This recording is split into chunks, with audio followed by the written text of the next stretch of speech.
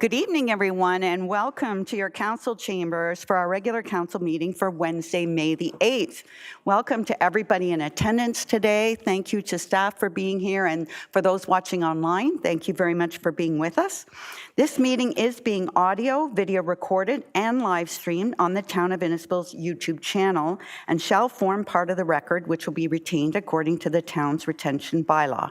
And if you'd like more information about that bylaw, please ask any one of the wonderful people in our clerk's office. Now I would ask Councillor Saunders to bring us the land acknowledgement. The Town of Innisfil acknowledges that the Town of Innisfil is situated on treaty land that is steeped in rich Indigenous history. The town also acknowledges that this is the land of the traditional territories of the first people of Turtle Island. It is shared between the Anishinaabe peoples of Beausoleil First Nation, Chippewas of Arama First Nation, and Chippewa of Georgina Island First Nation, and we thank them for their generations of stewardship. This meeting place is still the home to many Indigenous people, and as settlers, we are grateful to have the opportunity to work on this land. The town acknowledges the 4 sacrifices that are the foundation of Canadian society today. We are dedicated to honoring Indigenous history and culture and commitment to moving forward in the spirit of reconciliation and respect with all First Nations, Métis, and Inuits. Thank you, Councillor Saunders. The next item on our agenda is open forum. So we'll start that process, but I just had a couple of ground rules before we start, if that's okay. First, personally, I want to tell you and apologize in advance. I've had a new appliance put in my mouth less than 24 hours ago, so I'm still learning to talk. So if I sound a little funny, don't adjust your hearing. It really is me. So I apologize for that. We have 4 people signed up for open forum today. The maximum time of open forum is 2 minutes each, and I hate interrupting people and cutting them off. So please, if you could stick to your 2 minutes, that would be wonderful. We have an absolutely jam-packed agenda tonight, and we'd like to get through it as simply as possible. If you do have an electronic device with you, if you could please take a moment to check to make sure it's on silent or turned off so it doesn't interrupt any of our speakers. The last thing that I would like to tell you is that we do operate Town Council here under our procedural bylaw. This procedural bylaw is not rules that the mayor makes up on a whim. This is a procedural bylaw that all members of council weigh in on. It's all rules we decide to follow when we take on this job and we pass that bylaw. And my job is to make sure that those rules are adhered to. And I will do my best to do that tonight. If you've ever, you look like such a great audience. I don't think we're going to have any issues, but if you've ever watched Question Period at Queen's Park or at Parliament Hill, this is not that. Okay, we don't slam desks and yell and cheer and make noise. Everybody, regardless of their opinion, is listened to intently and respectfully from everyone who is here, regardless of that opinion may be shared by yourself or not. So thank you so much for hearing me out. So now we'll go to open forum, and our first item, our first person tonight to speak is Bob Dudley. Whenever you're ready. No, your wife can go first, that's fine. Mrs. Dudley, there's a mic right there. It should be on already, and it's directional, so if you can speak into it, that would be wonderful. Thank you. Thank you, good evening. Your Worship, Mayor Dolan, Deputy Mayor and Councillors, my name is Sandy Dudley, and I live at 3847 West Street. We moved here 27 years ago for the rural peace and quiet like our neighbors did.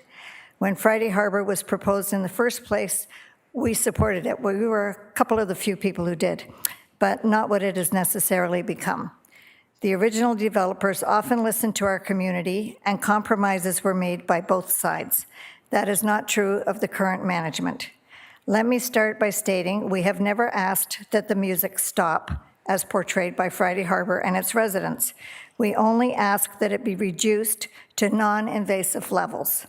We enjoy music, we go to concerts, and theater regularly, but there's a place for loud music. Just reduce the decibel level a bit and stop the DJ from yelling over the already loud music. When we sit on our front porch, we can hear him saying happy birthday to so-and-so, and we'll see you next Saturday, and we can't listen to our own music on our front porch, and if you want to listen to my phone later, you're welcome to. We don't need to hear every word he shouts over and above the music. There are times we can't carry out a conversation on the front porch. I also want to remind council that the mayor, the deputy mayor, and our councillor Rob Saunders attended a meeting with several residents of the community last year to voice our concerns. So this is a concern to others, not just to us. Friday Harbor has their sound stage in a residential community and has directed its sales and the sound towards our residences, not their condominiums. Some Friday Harbor residents have no regard for its neighbors, and I've read the posts. They should close their doors and their windows. They could move. Or, more recently, ageist remarks. They seem to have an all-or-nothing approach and don't want to make any compromises. The noise levels are excessive when the rock concerts are on full blast. What other community allows such high levels of sound in or near a residential community? Most cities and communities have noise level and pollution restrictions, not bans. We are asking council to properly assess the sound levels and help bring about a compromise that both communities can live with. Thank you. Thank you, Mrs. Dudley. Mr. Dudley?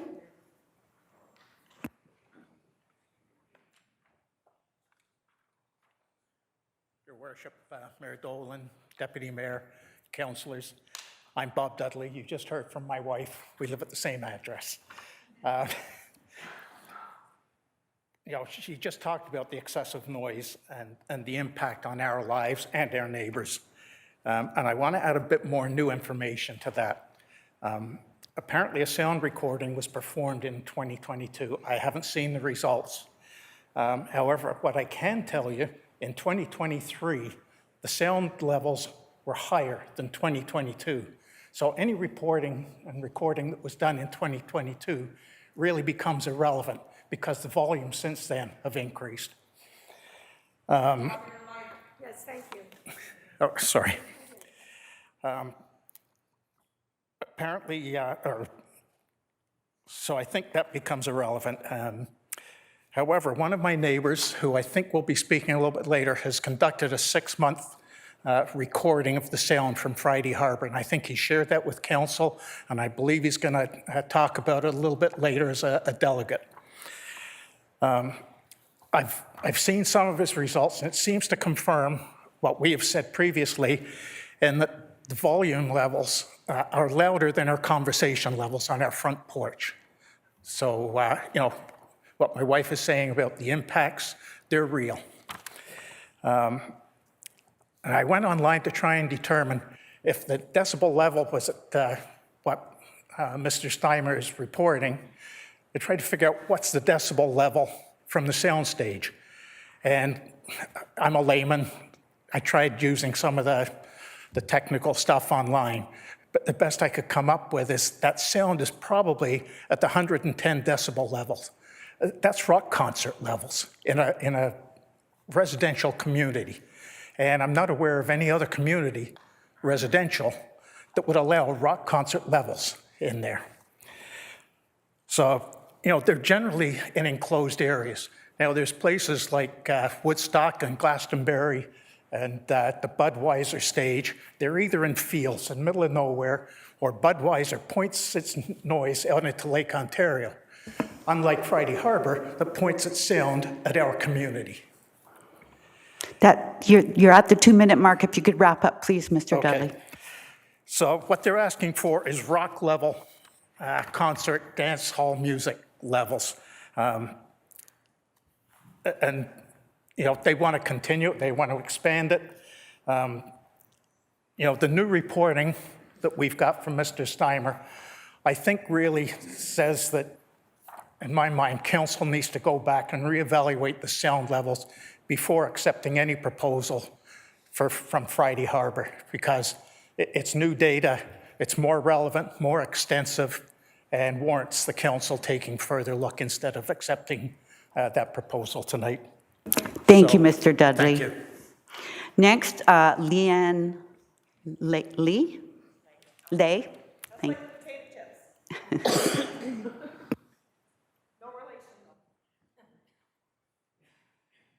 Whenever you're ready, Leanne Potato Chip. Okay, now let's see if I can not stammer over this. I suffer from dyslexia, so I might stammer on this a bit. Dear Mayor Dolan, Deputy Mayor Fowler, and council members, I am extremely concerned that the staff recommendation to council is to approve the noise exemption permit for Friday Harbor. I do not agree that the council should approve the permit in its current form. I moved to Big Bay Point area in 1998 for the peace and quiet. I came home every day after work to tall trees, shade, chirping birds, and the sound of the waves in the lake and the wind blowing in the trees. It was relaxing and enjoyable. It was my time to decompress after 10 to 12-hour workday. On the weekends, there would be the sounds of my neighbors mowing their lawns or other noise-generating tasks, along with the birds, the wind, and the waves.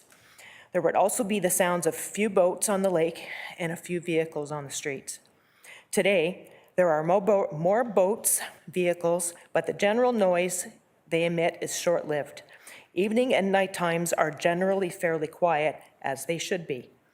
There are times on weekends that persons from out of the area create loud noise disturbances. We are subjected to racing engines, squealing tires, fireworks being let off on our public beaches, and the occasional out-of-control party.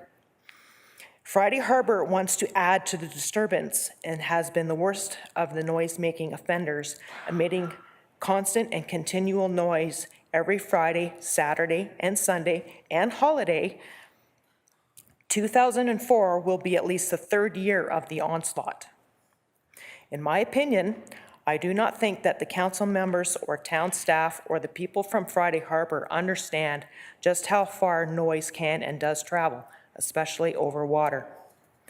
In 2019, the Rolling Stones were at Hwit Creek on the 8th line of Oral. I heard every note that Mick and the boys played that night. The distance from Hwit Creek to my house, as the crow flies, is 8.64 kilometers. On quiet early mornings or evenings when the wind is light and coming from the right direction, I can hear the traffic in Gasoline Alley on Highway 11. Distance from my house as the crow flies is 8.37 kilometers. Again, on quiet early mornings, I can hear the GO train whistle, as in the rumble of the wheels all across the tracks as it crosses Mapleview by the Southbury GO station. Distance, 10.44 kilometers. Ms. Lee, you're over your 2 minutes. If you could wrap up. Okay. Friday Harbor is asking this council to allow them to continually disturb the surrounding community. The situation here is similar to the situation in Oro at Hwit Creek. The residents of Oro were being disturbed by the noise from Hwit Creek during events. The difference here is that the events are each and every weekend here and not just occasionally. Okay, let's see if I can skip something here. Okay, this is about the rights of the residents, including the residents of Friday Harbor, to peacefully enjoy their own property. This is about respect. Respect by Friday Harbor for the residents.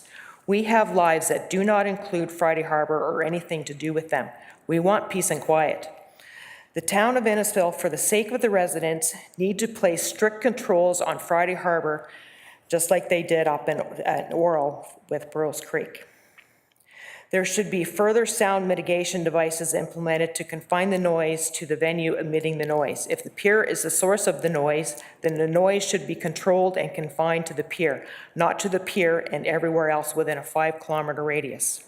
There should be continual sound monitoring until the noise is under control. I strongly urge the council not to approve the exemption permit as it is currently written, as nothing will change from last year regarding the noise from Friday Harbor events. We are all here tonight because of the past noise complaints from the residents, official or otherwise. There is a problem here and it needs to be addressed. Thank you, Ms. Slay. And I have to tell you, I read your email, that we all received that email. That's why And I for- sent it. Yes, and for anyone else who is here that sent an email, all of those emails were received and read by every member of council. And the clerks made sure they recapped every evening all the emails that came in that day. So rest assured, even if you didn't speak tonight, all of those emails have been read. Thank you. I also want to address the fact that there were 2 petitions that came in, one in favor of the noise exemption, one against the noise exemption. Both came in too late to be on the agenda, but again, both of those petitions have been sent to every member of council for them to see. And finally, the final open forum person is Ann Hunt.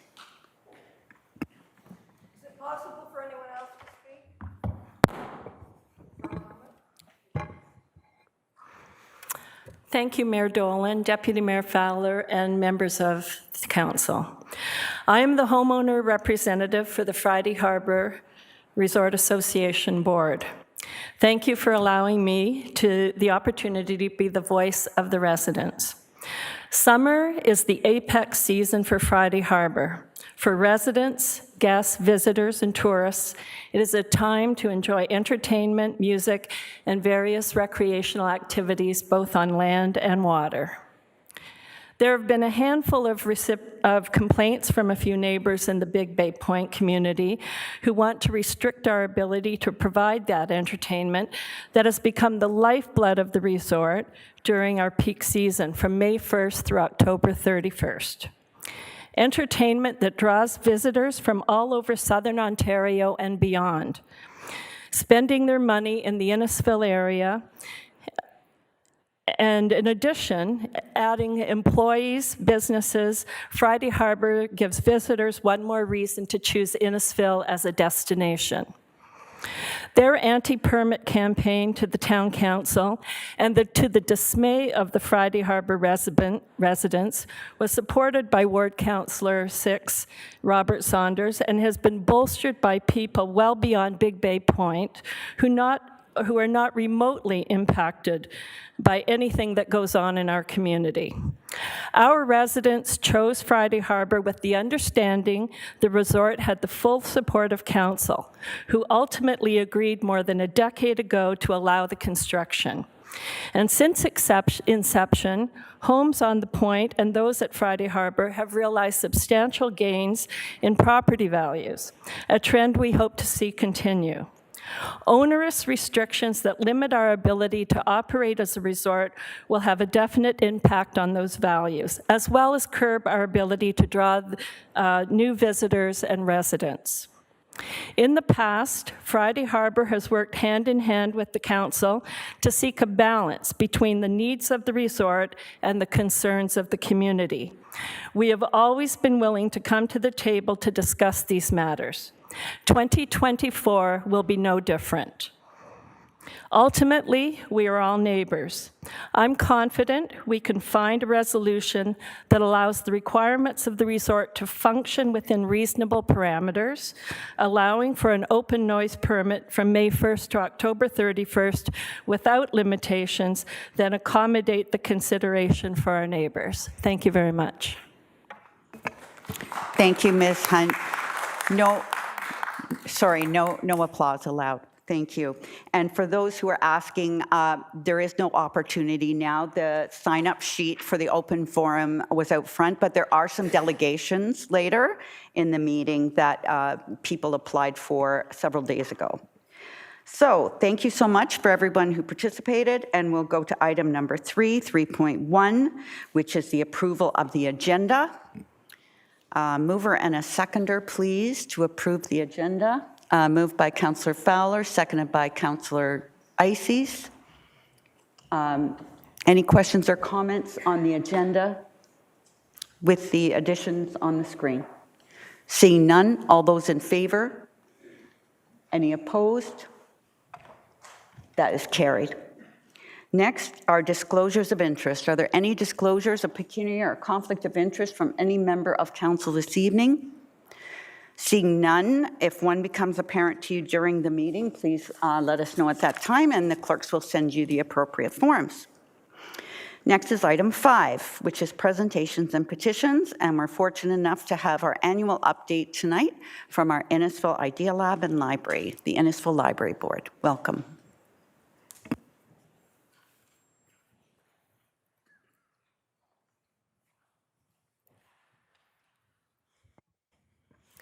Good evening, Mayor Dolan, Deputy Mayor Fowler, and members of Council.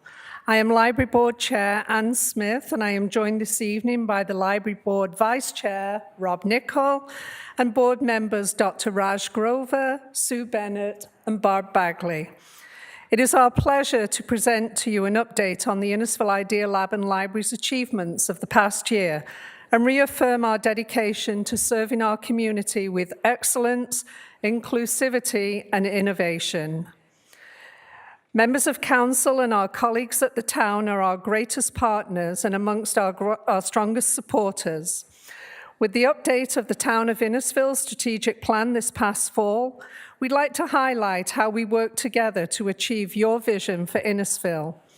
We support the creation of year-round activities and events, create opportunities for civic engagement, support economic development, build and foster relationships and partnerships, and lead our work in equity, diversity, and inclusion on the principles of cultural humility. Your investment in the Innisfil Idea Lab and Library is an investment in our community's successes. As you know, the library delivers a diverse range of year-round activities and events that promote community, togetherness, belonging, and well-being. In fact, in 2023, the library ran over 1,700 programs and events that were attended by 29,000 people. These numbers, along with other metrics, can be found in the library's annual impact report. Storytime, Tinker Shops, adult socials, and free events like Flesh Air Fricks, Maker Fist provide opportunities for residents of all ages to come together, share experiences, and build meaningful connections. The library is a hub of innovation, offering programs to improve digital literacy and build digital confidence within our community, especially with our seniors. The popular and free Hack Lab activities kits have continued to support seniors, and we've hit a new milestone with over 9,000 kits delivered to seniors since the program began. After attending programs like Sociable Seniors and Crafting for Humanity, participants are more aware of the community issues and are more confident about becoming involved in the community in the future. These opportunities are critical for our community in developing early literacy skills to set up families for success. For youth looking for a safe space to be, for adults and seniors to improve digital literacy, create social connections, and become more civically engaged, and for newcomers to find community in a new home. In 2023, we made strides to actively promote diversity and inclusion, building partnerships and fostering ongoing relationships with underrepresented communities. Key accomplishments include the launch of our special edition, Love is Love, library card to show support and solidarity with the 2S LGBTQ+ community, the development of the Book Sanctuary Collection, a compilation of challenged, censored, or banned books to highlight the importance of preserving diverse voices and perspectives and supporting intellectual freedom. The continued work of the Library Board's Truth and Reconciliation Committee to build relationships, review services, and work towards enhancing our land acknowledgement statement. And our commitment to fulfilling the goals of the county's new settlement strategy, launched in 2023, which highlights libraries as a partner in supporting newcomers to live, work, and belong through initiatives like newcomer support groups, conversation circles, and by increasing the availability of services and resources in multiple languages. The library thrives on partnerships and strong relationships with community groups, social services, and other agencies. Like you, we know that there are a number of crises hitting our community, from the cost of living to food security and the housing crisis. At one time, these crises remained hidden behind closed doors, but the struggles of our neighbors, community members, and library visitors are more prevalent and more visible than ever. Through collaborative efforts, we've expanded access to resources and services, reaching vulnerable populations and addressing these diverse community needs. In addition to contact community services, on any given week, residents could access housing supports from Shift, legal aid, a variety of support groups, and even Service Canada clinics. I'm pleased to share that our library has just received grant dollars from the County of Simcoe to fund a pilot project for 2024. This will enable us to employ a part-time community services navigator to assist individuals with accessing social services. By working closely with community partners, the library ensures that people of all ages and abilities can thrive in Innisfil. And now we have a video we'd like to share.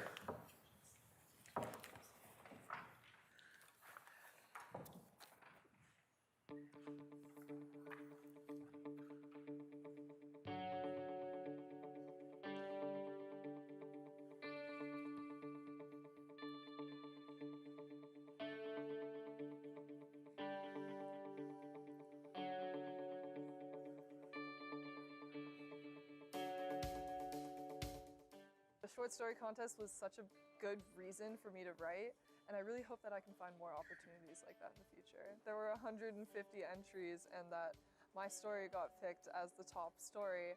It's just really empowering to see how many people are willing to put themselves out there. And I feel really happy, of course, that I was able to write a good story, and I hope that more people can participate in that as well. My name is Kirkland Brown. I go by Saga City Outcast, my artist name. I'm a poet and a rapper and entrepreneur. My business name is Underdog Visions.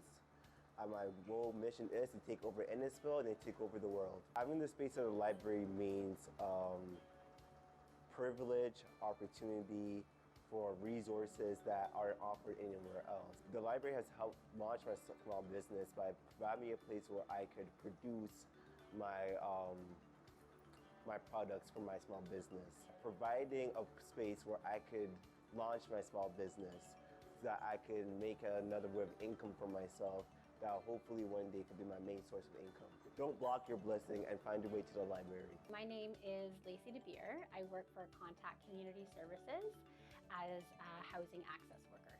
I have the ability to meet individuals in person, either on an appointment basis, or I also do drop-in as well. Contact Community Services is the Housing Resource Center for South Simcoe areas. I've always thought of the library as kind of like the hub or the heart of any community, and I find that that's definitely the case with the Innisfil Library. They provide a wide variety of supports and programs to the people that they support.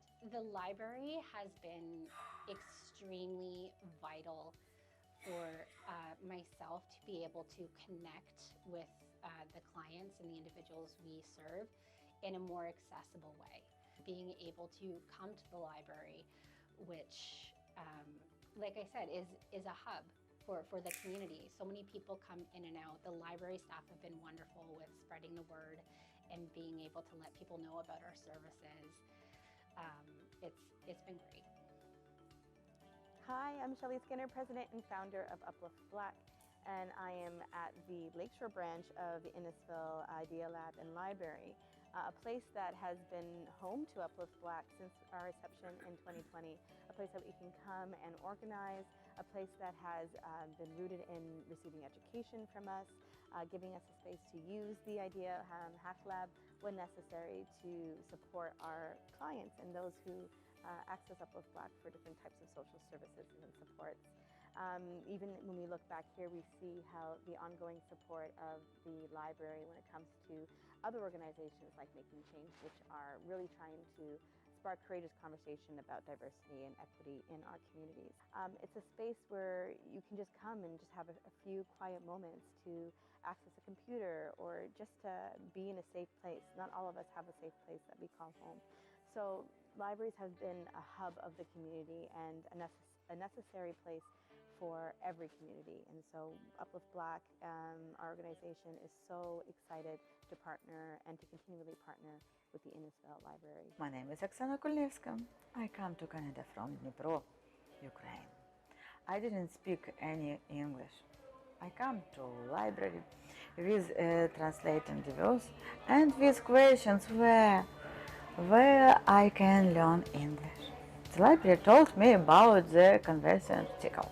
I was a psychologist from Ukraine and I'm so happy because library has free sound recording room to create podcasts for my clients. The library helped me rebuild my life after coming from Ukraine. I found help for everything at the library, from learning English, making friends, to printer form, creating resume, business card, and even finding a job.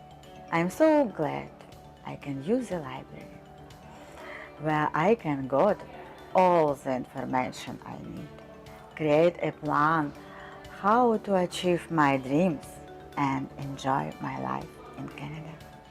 The library changed my quality of life.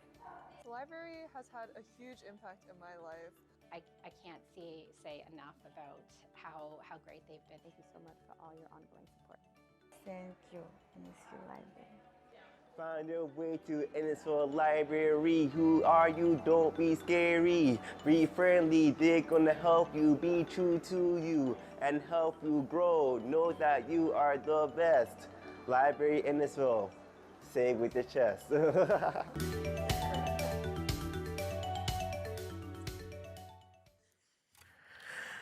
As you can see, your support empowers the library to make a significant impact in our community, inspiring young writers, providing vital spaces for organizations and entrepreneurs to flourish, and helping newcomers build their social networks. Thanks to your support, we're creating ripples of transformation throughout our community. This year, we are excited to focus our efforts on key areas.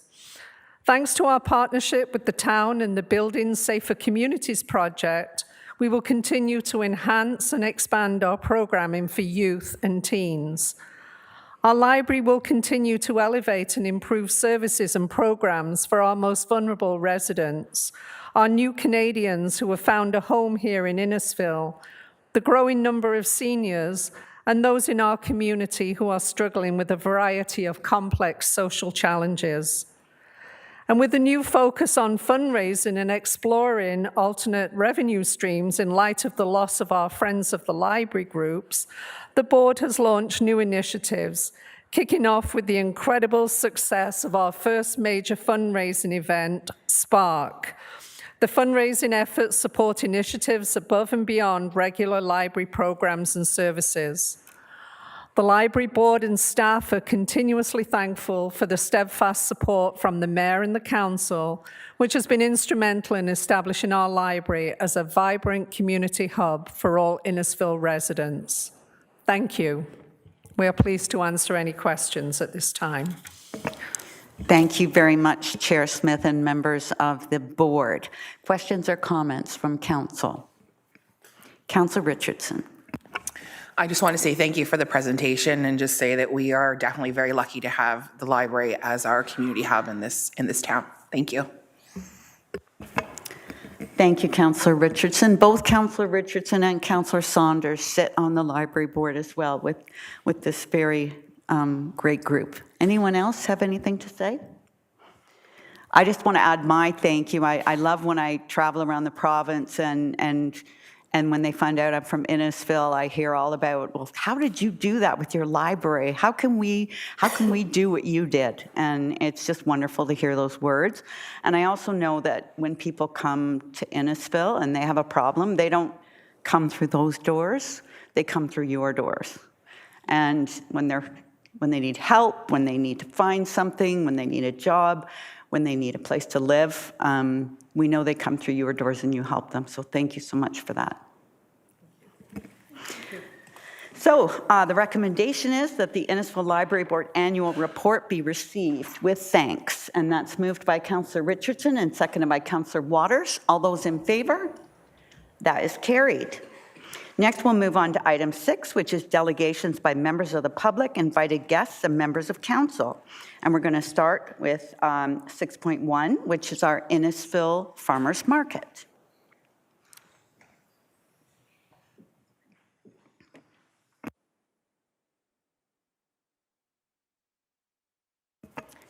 This section of the agenda, if you could keep your remarks to 10 minutes, that would be very...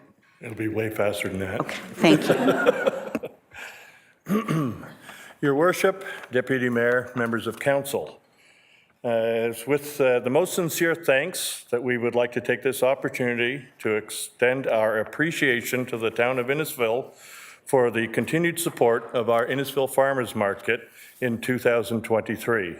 With the town of Innisfil created the farmers market in 2011 with local farmers, and it is a very small but determined group that began this journey. This market season will mark the 14th anniversary of your town council starting this market, and it is stronger than ever. It brings us pride to see so many of our council members who are able to attend throughout the summer to support all of us, particularly during the large events like the Community Service Day and the Pumpkin Carving Contest. The food bank was extremely thankful for all the support from council and market coming together and collected for all those in need. We are very proud to be recipients of the Innisfil Community Foundation grant in 2023, which assisted us in many ways, allowing us to continue to create community-oriented events at the market. Our successes were mostly noted by the number of customers attending this newer location at the Stroud Arena. Comments were received regularly about the ease of parking and the better site for the market exists. We have moved from being a fledgling market to a strong market that won the Market of the Year award for Ontario, and since then have been assisting other markets to achieve similar success in their communities via a mentoring system. We help to host over 20 farms in our area that has continued to provide sustainable food here in Innisfil. These farmers are our neighbors and are dependent on local support every summer to keep their farms going.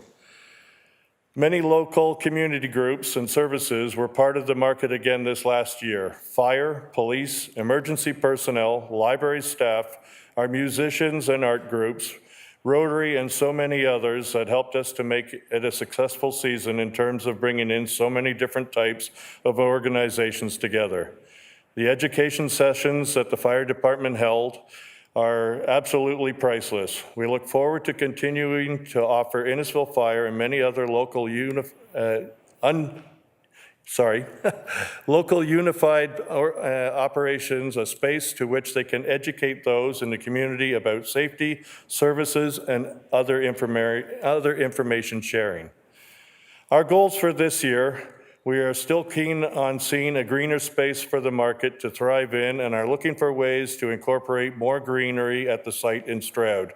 It is our hope that we can plant some blooming trees in the green spaces that would be donated by our farmers, but we are waiting on approval from the staff. We also received a generous grant from the Simcoe County Tourism and have had an artisanal entrance sign made to be mounted at the entrance of the market this season. The ask. This year we ask that we can still look to the town for its staff support with operations and storage needs that we always require to make it run as well as it does. Any and all help is appreciated, not only by the committee, but all the local farmers and their families that come together to make this work. By the way, I'm Rob Radcliffe, Chair of the Market. I should have said that at the beginning. Good evening, Your Worship and members of council. I am Sofia Siajos, and I am the co-chair of the Innisfil Farmers Market. And at this time, I would like to just extend my thank yous to you guys for all of your wonderful help throughout our years of being at the market. We've been put on the map recently for winning Farmers Market of the Year, and that would not have been possible without all of your help. So again, thank you very much for that. We've been able to provide a space for all of our farmers, food producers, and artisans, and continue to grow and flourish as a thriving farmers market. At this time, I would ask if any of you have questions. Thank you so much, Rob and Sophia, for that presentation. Questions or comments from members of council? Councillor Ices.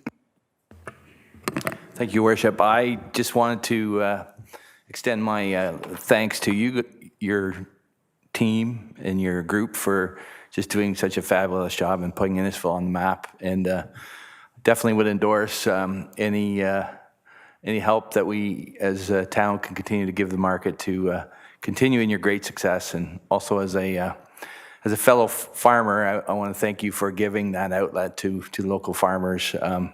That's definitely needed in these economic times. So thank you for that. Thank you. And we've got a lot of guests here tonight. So why don't you just make a plug? When is it open? What are the hours and where are you located? For sure. So we are open, you can think of it this way, every year we open on the first Thursday of June. This year that's June 6th, and we go all the way up until Thanksgiving.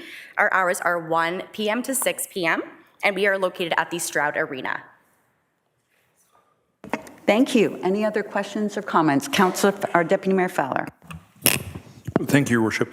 One thing I'd like to give you a lot of credit for is you give a lot of budding businesses a place to grow, to get their product out. I bought numerous sweets, pies. I'm regular for your vegetables. I mean, it's every time there's an opportunity I go, and one of these days when we actually do have a pet, I'll be buying your pet projects, pet products as well.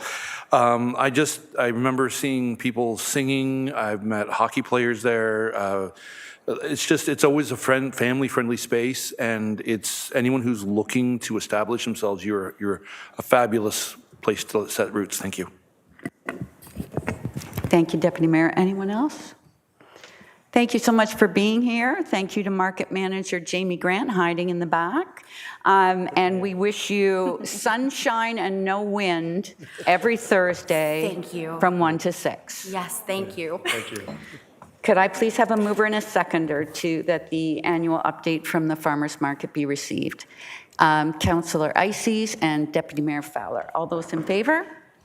That is carried. Thank you again. Thank you. Next item on our agenda, 6.2, and that is Mr. Dixon from Burnside on the final engineer's report for the Hwit Creek drain. Welcome back, Mr. Dixon.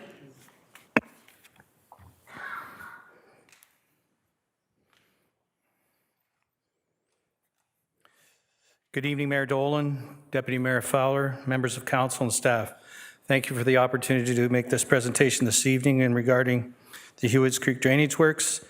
And from the town and the Burnside perspective, the filed report is a small, succinct document, a project that was very straightforward compared to many under the Drainage Act. And I think everyone in this room has probably at one point in time heard of or been involved in the South Innisfil Creek drain.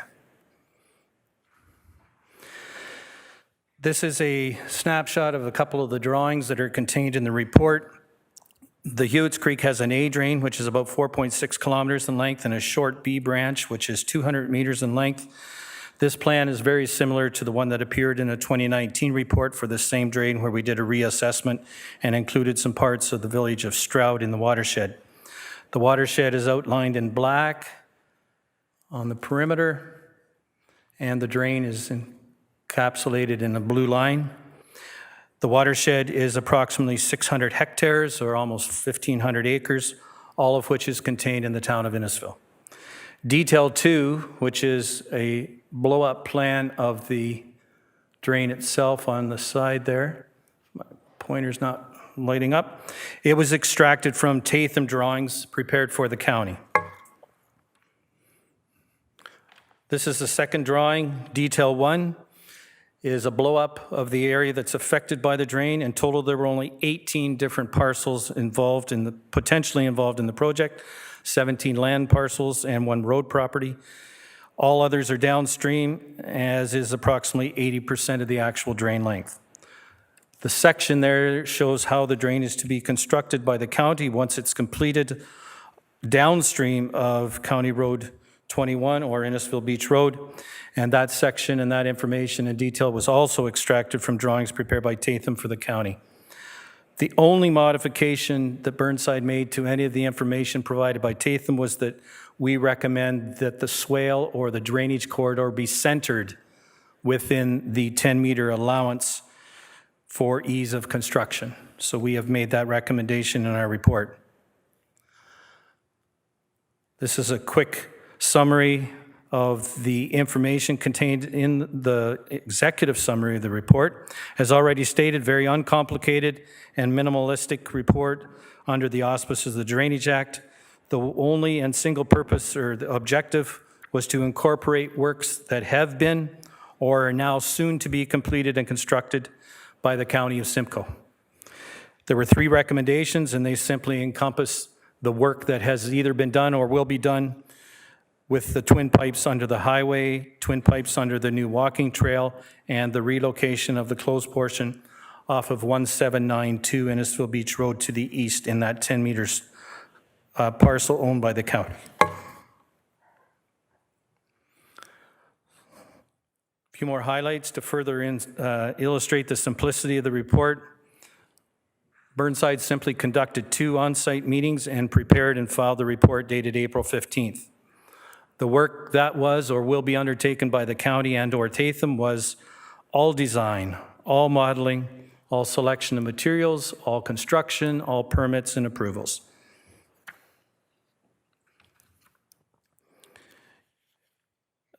Appended to the report is the information on the allowance calculations and the total cost, which you can see there, which has been estimated at $34,000. Appendix C is the assessment schedule.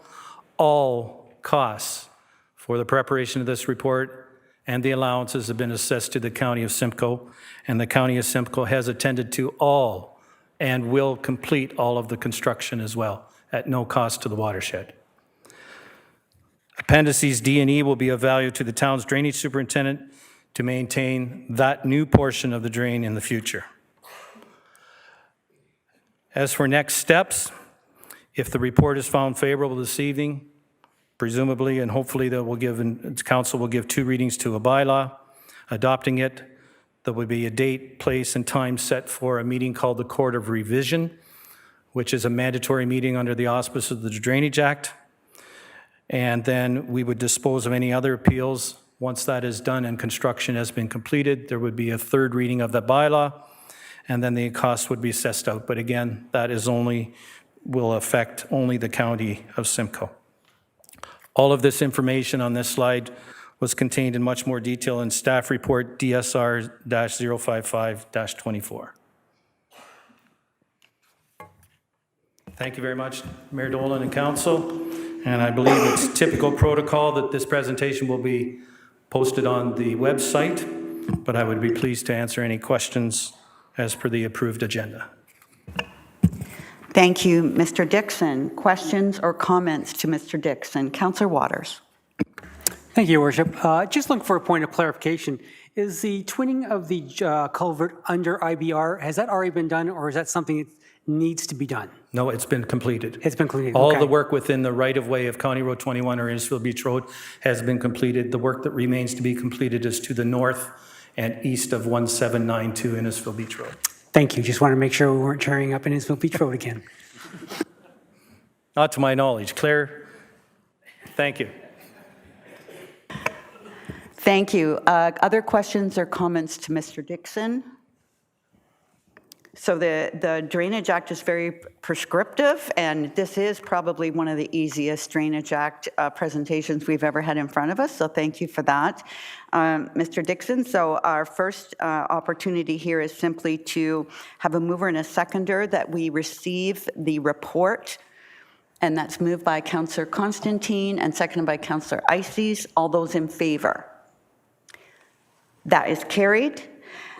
And now, as per the Drainage Act, there will be an open opportunity for any person wishing to speak to this item. They will have 2 minutes at the podium. There'll be no right to appeal assessments or other aspects of the engineer's report at this meeting, but a Court of Revision date will be set shortly thereafter. Is there anybody in the audience tonight who would wish to speak to the report?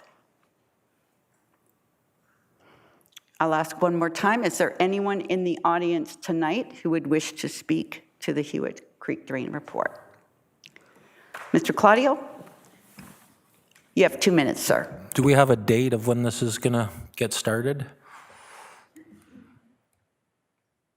Mr. Dixon, can you answer that question? Are you asking when the Court of Revision is going to be, Mr. Claudio? Is that When what it's going to be moved, yeah, when it's all going to be, when the work's going to be started, is there a date set for that?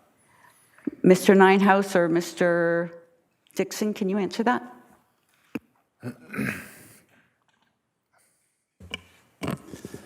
Through you, Your Worship, the county has let us know that construction on the open portion of the drain will commence shortly. I don't have an exact date.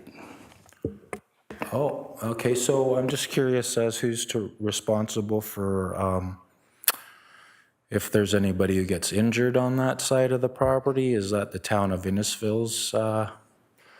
Based on my understanding from having properties encroaching onto the city's property, I have to actually have insurance to make sure that if anybody gets hurt, that the city's covered.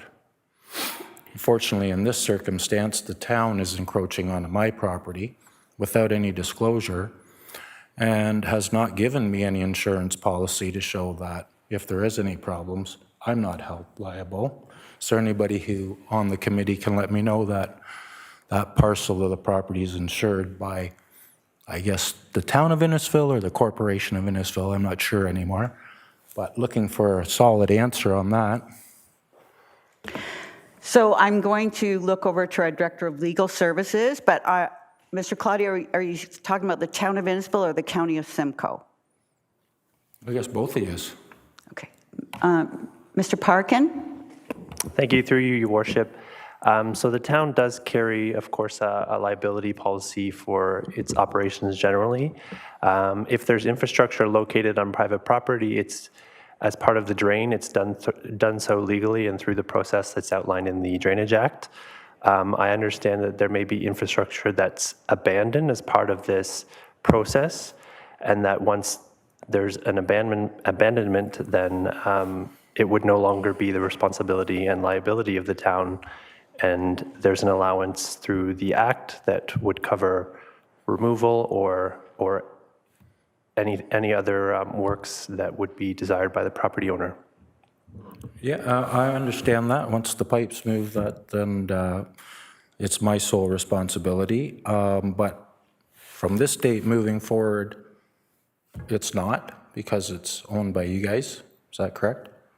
Mr. Claudio, instead of doing a back and forth here, if you wanted to state what your comments are, what you want us I'm to just get back looking to know you if at. the property that the pipe's running on, if there's insurance on that, if somebody goes onto the property and gets hurt. Much like if I own a rental property with the city who I'm encroaching on, I have to have insurance to make sure that nobody gets hurt, and I have to pay an encroachment fee. So I'm just using the same rules and regulations that the city of Barrie's used on me and asking the same questions for the town of Innisfil. I don't know where the problem lies here. I've made it very clear now by giving you an example of what I'm doing, and then I'm asking, is the town doing the same for me in my position? That's all I'm asking. Thank you, Mr. Claudio, and we've taken down those notes, and Mr. Parkin will get back to you with an answer in writing. Okay. So I guess we're not really sure at this point.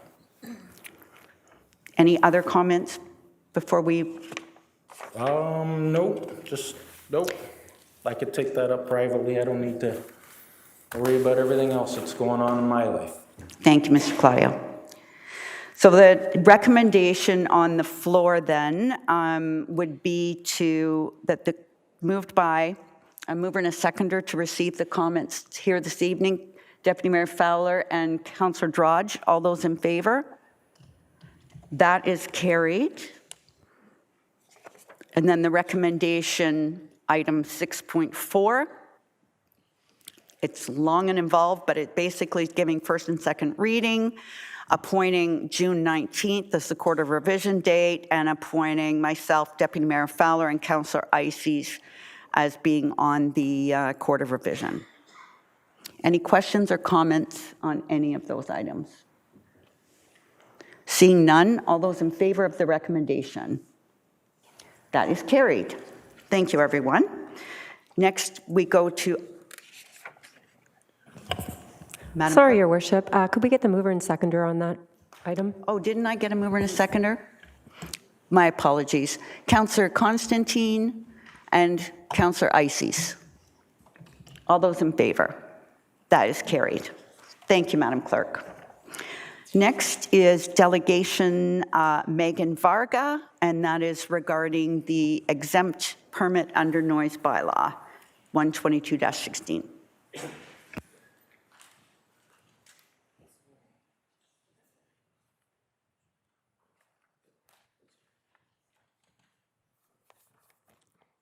Welcome, Ms. Varga, whenever you're ready. Thank you. Good evening, Mayor, Deputy Mayor, Council, and staff. While reviewing Mr. Harris's additional information on memorandum, I was not surprised that the entire historical complaint data was not included. Every time we complained in the past, we were told the same thing, and there was never any change. So yeah, we stopped reiterating our concerns as the frustration wasn't worth it. So many didn't bother in 2023. Instead, the community had a meeting with the mayor, deputy mayor, and Councillor Saunders about it. And now here we are. So Mr. Harris also commented that one inquiry, was determined to be within the acceptable limits. But at the last meeting, staff told council that the bylaw is based on decibel levels and the town does not own the measuring equipment to enforce it. So how does the officer know the limits were acceptable? Further to this, Mr. Harris wanted it noted that bylaw officers conducted several proactive patrols in 2023 of the residential areas surrounding Friday Harbor, and that their qualitative observations at the time were of moderate to low noise levels. So my qualitative observations while in my yard and walking the surrounding residential areas is that it's too loud. So who's right when there's no actual sound measuring?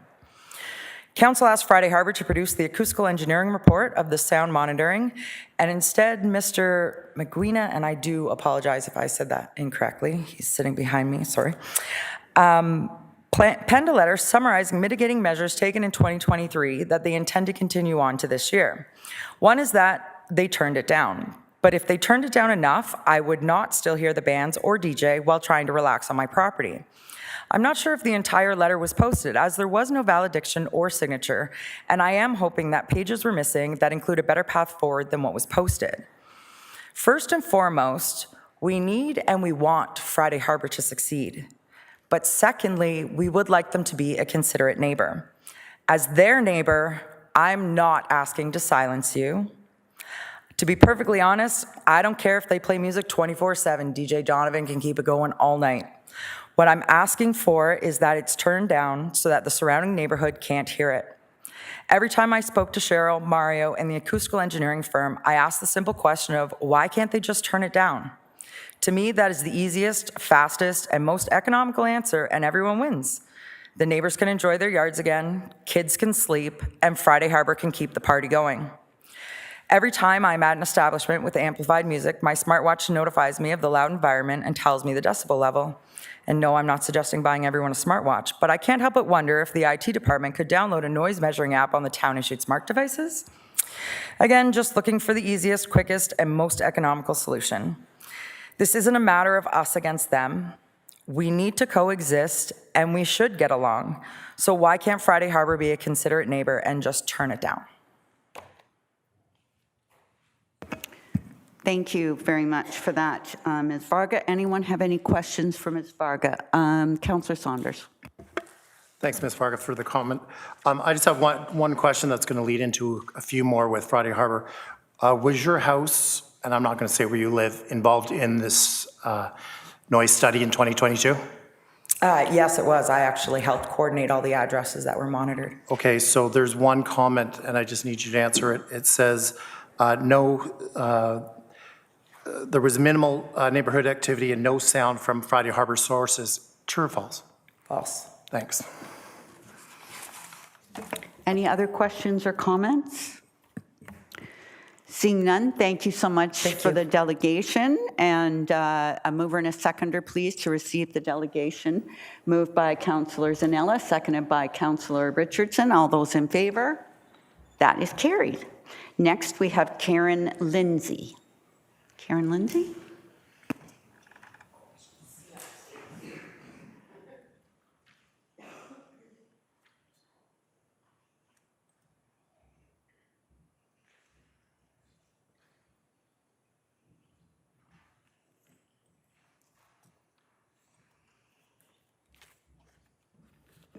Welcome, Ms. Lindsay, whenever you're ready. Thank you. Good evening, Mayor Dolan, councillors, and members of the public. I'm here, of course, to talk about Friday Harbor's request for a noise exemption. My name is Karen Lindsay. I live on Alberta Avenue in Big Bay Point. Where I live is 1 block from the most beautiful road end beach in Innisfil. I am disabled. It's not obvious, but I have not been able to work since 2019. I only mention it because as part of my disability, sleep is very precious to me and very difficult. Meditation and mindfulness are prescribed by my doctors. So, as such, I spend most mornings meditating at that most beautiful road end beach. Now, over time, I've been living in Big Bay Point since 2006. So over time, I've noticed that, we all know that sound travels well over the water. And when they extended the 404 north, now you can hear the hum of the 404, and it ramps up as we get closer to rush hour. You can see the lights of the extension. You can see the tail lights and headlights of the cars. And this noise and light pollution, of course, is only going to increase over the lake as Doug Ford's Bradford bypass gets built. So, this is, when I'm sitting there, I can also hear now the sounds of deliveries, 7 in the morning, to retail establishments at Friday Harbor. You can hear the garbage bins being emptied at Friday Harbor. The metal clanking sounds just rush out over the lake and assault your ears as you're listening to the beauty of nature surrounding you. But this is progress, right? I'm not against progress. I don't hate Friday Harbor. I want Friday Harbor to succeed. I just don't want the beautiful lake to be affected by their success. And I don't want the nature that lives in the Big Bay Point area to be affected by their success. It already has, let's face it. We used to see deer walking through our neighborhood quite regularly, but not so much anymore. But this is progress, right? Big Bay Point is a unique migratory route for birds. Each spring, we watch as flocks of birds migrate through our area on their way north. They often take a break at the small forests located on the point so they can rest and rejuvenate before crossing that big lake. Big Bay Point is also home to the endangered red-headed woodpecker. It comes to our area each spring and hopefully succeeds in our area, raising its young before heading back to the south. It's very particular with its nesting requirements, though, and it will only nest in a standing, dead, deciduous tree. The small woodlots on the point are disappearing rapidly. The mighty ash trees we had once on the point have been decimated by the emerald ash borer. Many of our old maple trees are also dying now. And of course, our mighty oaks are under that threat of the oak wilt disease. We might not have any trees older than 20 years on the point in not too long. This is a massive change for the Big Bay Point area. When we remove our dead ash trees and our dead maples and other dead trees that threaten our properties, we are removing the habitat for the red-headed woodpeckers, and the tree loss results in massive changes to the ecosystem's water and nutrient balances, resulting in less biodiversity on the point. In fact, ecosystems around the world are on the verge of collapse due to human actions. Ms. Lindsay, town of Innisfil. I'm sorry to interrupt, but you had registered a delegation about a noise exemption bylaw? Yeah, I'm getting to that, ma'am. Okay, thank you. The town of Innisfil should be doing everything possible to support and encourage the growth of the Big Bay Point ecosystem. Well, what about the Friday Harbor Nature Preserve, you ask? I ask in response, how does the nature enjoy the amplified music and DJ banter? What about the warlike explosions of fireworks? Many flocks of birds are killed by this, but you know this, don't you, Mayor Dolan? Because this was all discussed when the town adopted their new fireworks bylaw that Friday Harbor does not comply with either. You are also aware that the noise of the fireworks has resulted in the death of beloved pets as they flee in fear. We are so worried that this will happen to my dog. You know, too, that people with certain medical conditions can be severely negatively impacted by the noise of fireworks, yet we allow Friday Harbor to violate our fireworks bylaw. The town of Innisfil and all of its residents should be doing everything we can to support and encourage the beautiful, unique ecosystem on Big Bay Point, but we're not. In 2023, the Big Bay Point neighborhood endured noise pollution from the Friday Harbor resorts that can only be described as appalling, or as Oxford says, terrible, dreadful, very bad, awful. How can this be, given that the town of Innisfil has a noise bylaw that says no person shall make a noise at any time that is unreasonable and persistent, and which also says that the sound from audio or visual devices, public address systems, sound equipment, loudspeakers, etc., shall not be played with such volume, and I'm paraphrasing, as to disturb the peace and quiet and the comfort of any individual and any type of residence. And again, I'm paraphrasing, I'm an individual, and I live in a residence that has been repeatedly disturbed by Friday Harbor noise pollution. Whether it's bands, DJs, or fireworks, it's all noise at Alberta Avenue. Now, don't get me wrong, I enjoy music just as much as the next person. I enjoy a party. However, I have not enjoyed what Friday Harbor subjected me to in 2023, and I will not accept it for 2024. Just what has Friday Harbor subjected me to? As an example, Friday Harbor's website, I took a snapshot. It says, live music Saturday, July 30th, 2 p.m. to 11 p.m. DJ will play during band breaks, and then a full hour set from 10 to 11 p.m. That's 9 hours of amplified music, DJ banter, and noise. Straight 9 hours. Friday, Saturday, Sunday. And the town of Innisfil allowed Friday Harbor to violate the noise bylaw for 8 months of 2023. Yes, you heard right, 8 months. I could not enjoy the bubbling fountain installed outside my bedroom window to help me sleep because I had to close my windows due to the Friday Harbor noise. Geez, I couldn't even enjoy the cooling breezes of the fall air because of the noise. I had to shut my windows.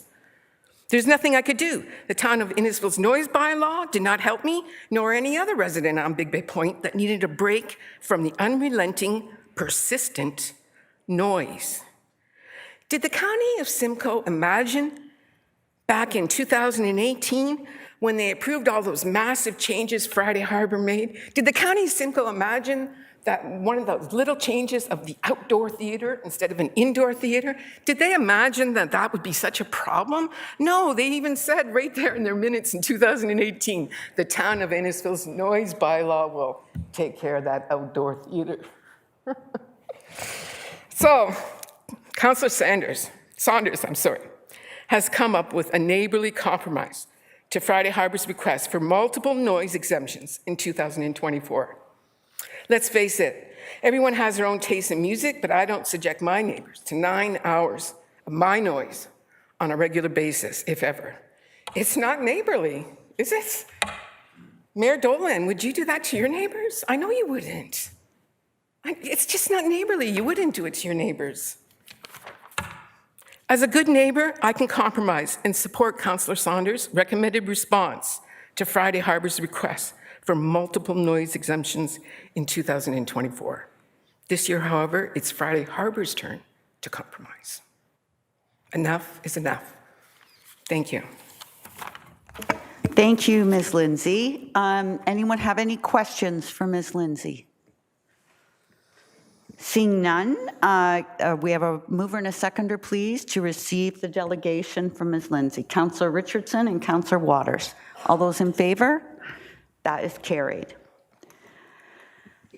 Next on our list is Susan Rosenthal, partner of Davis Howe LLP. Whenever you're ready, ma'am. Thank you. Good evening, Madam Mayor, Deputy Mayor Fowler, members of council. I'm here on behalf of Friday Harbor Resorts, and here with me in the audience is the CAO, Mr. Hani Rustam, as well as other members of our management team. As you know, the resort is seeking approval of a noise exemption application with one modification which you were advised about through an additional information report. I believe that council accepted as part of its agenda today. And that amendment reflects a change to add Sunday nights, Sundays actually, on the long weekend until 11 p.m., which was inadvertently left out of the last application. This application is absolutely critical to the successful operation of the resort. And in that regard, I'm going to address three matters: the mitigation that the resort has already undertaken, the next steps that the resort is prepared to take, and finally, the resort's serious concerns about the economic harm to the resort and to the town if any further restrictions are applied to the exemptions that we have requested. Before addressing these matters, however, I would like to make a few general comments. First, and this is important, the resort does take noise abatement very seriously and does recognize the importance of taking into consideration community interests and input. And as I will discuss very shortly, the resort has already implemented many measures to address the manner in which the community events in the resort are provided.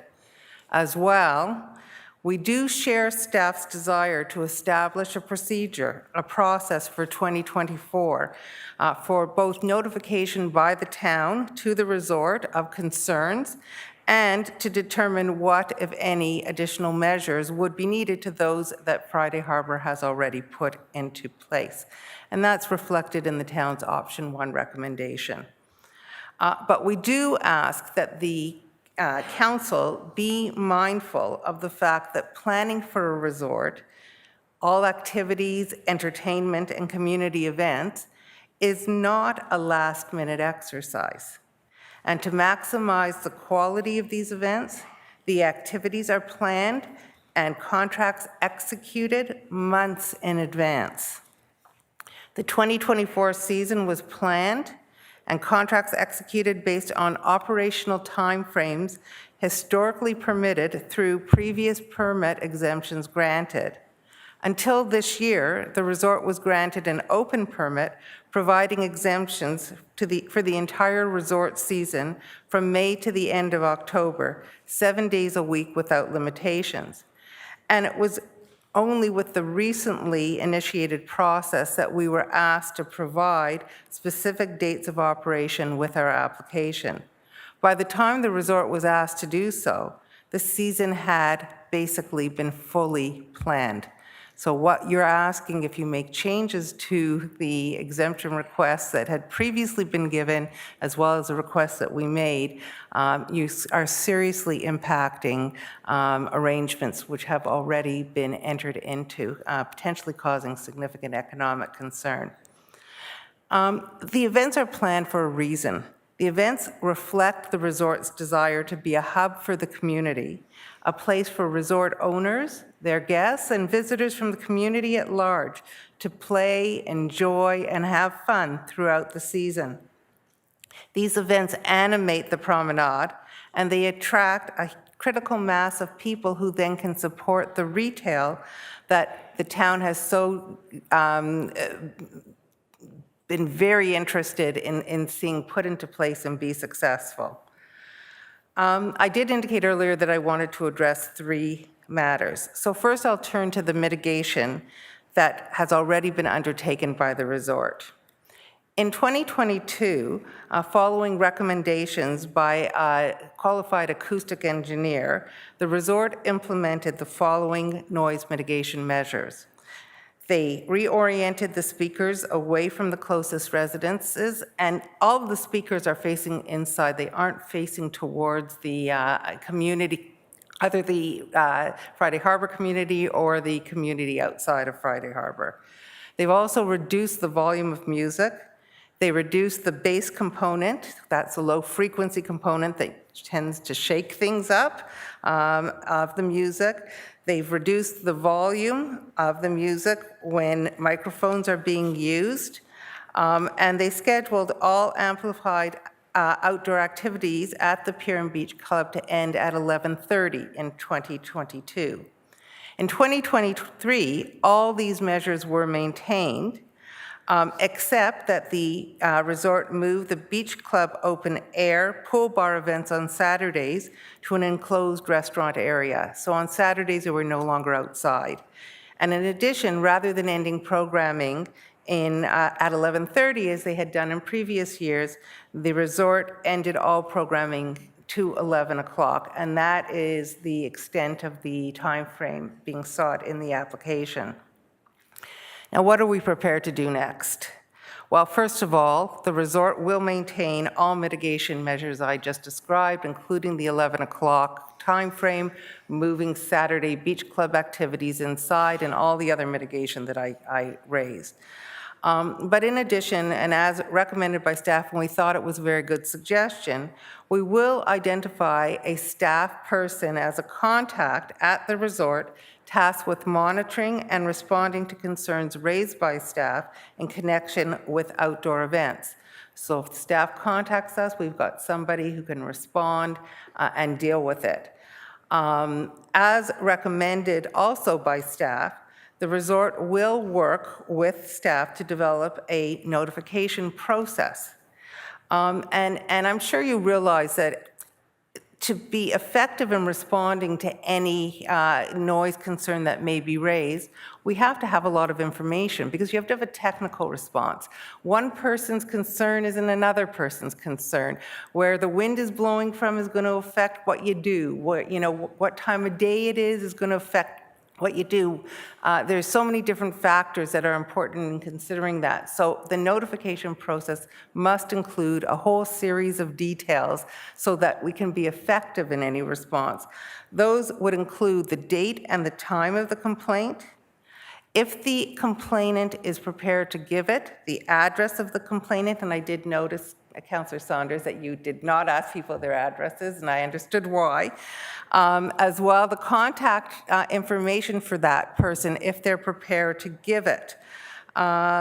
Detailed description of the noise complaint, including the type, sound audible, was the music or voice discernible, the duration of the noise, and all kinds of other details that we would work through with staff.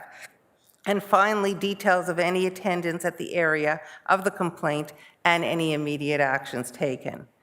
And we also agree with the recommendation by staff and think this is very important, that we will work with staff throughout 2024 and at the end of 2024 to figure out a process to determine if any additional measures to those that we have already implemented are necessary and should be considered for future years. So why are we worried about this? I want to turn to the economic and social impact by any further restrictions on the hours of operation of the resort. The Friday Harbor Resort, which, as some of you have been there from day one and will know this, has been approved for 20 years just about. And it is identified in the town's tourism destination management plan as a key tourist attraction. Beyond that, the plan notes that the Friday Harbor Resort is poised to become the region's primary tourism destination. The plan states that the town must explore and fully embrace opportunities associated with Friday Harbor to grow the popularity, attractiveness, and appeal of features available at the resorts. That's a town mandate. The town wants the resort to be successful, and they want to expand it to be able to ensure that there's a critical mass of people coming and using the resort. The resort plays a very significant role in the town's and county's strategic and development aspirations, and that's expressed in many reports. The town's economic development strategy recognizes the need to continue to build out the resort and to deliver successful year-round community benefits for residents, visitors, and the community at large. Our letter to you also outlines a whole number of economic benefits to the town, not only has outlined some of them, including development charges, property taxes, and retail spending, not just at the resort, but in the town at large and into the county as well. Ms. Rosenthal, can I ask you to wrap up? We've reached the 10-minute mark. Thank you. Just about finished. I ad-libbed. I actually had it below 10 minutes. So just to reiterate, all world-class resorts offer music and other entertainment to enhance the experience of residences, guests, and visitors. Blue Mountains, another resort in the town, has an automatic exemption all year up till 11 o'clock. If they want to go beyond 11, they have to make an application. But if they don't, they've got that exemption right there for a resort in your own county. Further restrictions to the resort operation will undermine the resort's competitiveness in the broader community, will make it less attractive in comparison to other resorts, and less competitive in future negotiations with entertainers and artists. In short, the restrictions will cause economic damage to the resort and, by extension, the town. The staff report provides a proper balance. It recognizes community needs. It ensures that Friday Harbor is involved in a process which can deal with concerns that are raised. They want to develop the process. Friday Harbor is very much a willing partner in that. And as a result, what we would do, we would ask you to allow the resort to continue functioning as a key tourist draw, an economic driver, and approve option 1 in your May 8th report, subject to the one change of adding Sunday long weekends to 11 o'clock. Thank you. That is the end of my presentation. I'm happy to answer questions. Thank you. Questions or comments? Councillor Saunders and Deputy Mayor Fowler. Thank you, Madam Mayor. I have a couple of questions. You were talking about why we are here. There's a couple of reasons we are here from the last 20 years. Councils have changed, residents have changed, Friday Harbor's gotten bigger, and the noise has gotten louder. The other thing is, if all your mitigating factors were working, we wouldn't be here tonight, would we? And on top of that, not only are you asking for the exemption to be blanket, you also want to add more hours. How conservative is to our residents, not just the Big Bay residents, but Friday Harbor residents, is that you're just asking, and not giving. So if I may answer through you, Madam Mayor. Yes. First of all, we in fact have reduced the number of hours that we previously had permissions for through previous exemptions. We have indicated that we are seeking an exemption to 11 o'clock for Fridays and Saturdays, and long weekends on Sundays as well. But that we didn't anticipate that we would have any activities during the week on Monday to Thursday, other than Monday long weekends. So there has been a reduction in the provisions. And as well as I indicated, in 2022, we had activities until 11:30, and in 2023, we did reduce that to 11 o'clock and intend to continue to do that. Follow-up, Councillor? Just one follow-up. Thank you for giving the staff or the residents the extra half hour of sleep. Deputy Mayor Fowler, Would it be all right if Mr. Roostem just responded? Mr. Roostem, yes, I'm going to ask everybody, both sides, the table and our audience, everyone to maintain respect and decorum. Absolutely and always, Madam Mayor.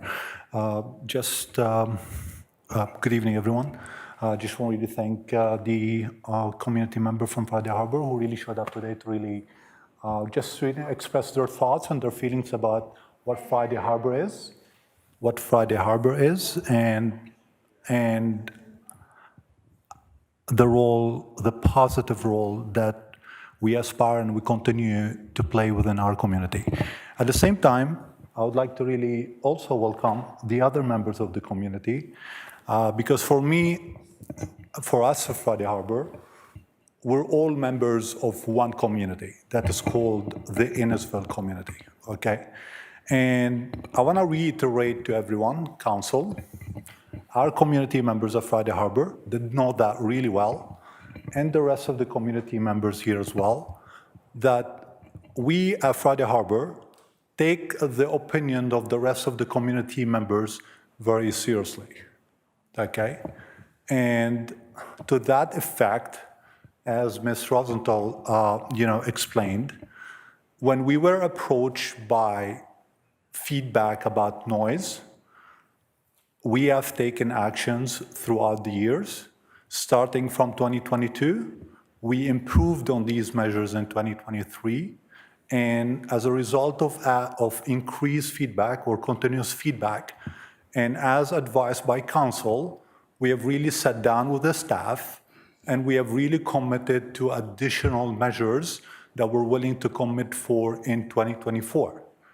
Maybe, Councillor Saunders, maybe some of the measures were not as effective, and that's totally fine.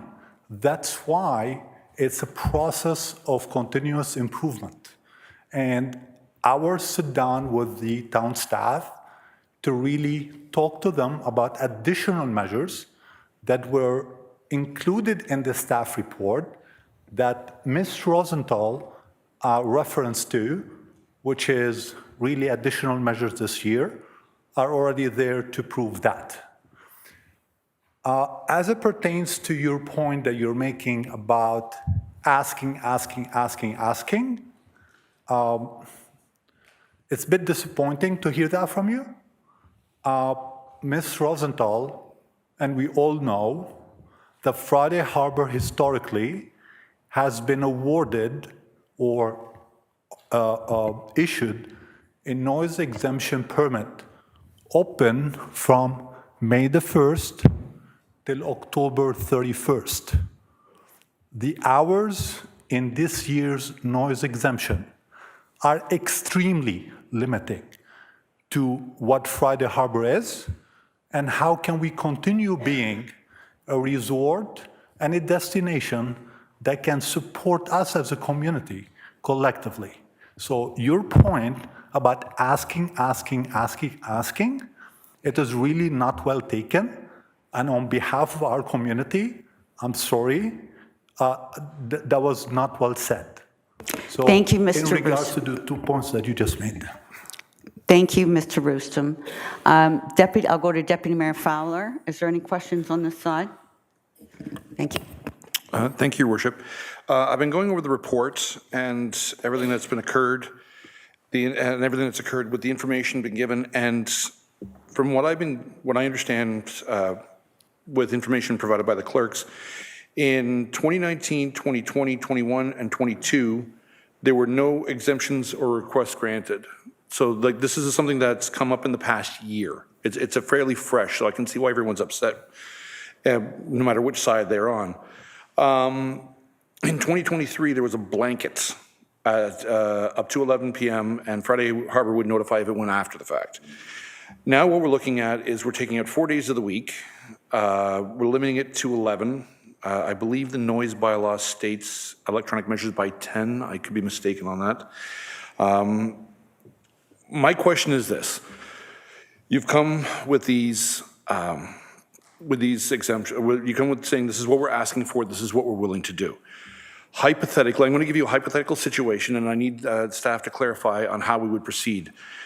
Because in the report, it says that under option 1 for the approval, we approve the noise exemption request with the following conditions. Outdoor amplified sound must be limited to the approved days and times. Breach of the terms and conditions shall render the exemption null and void.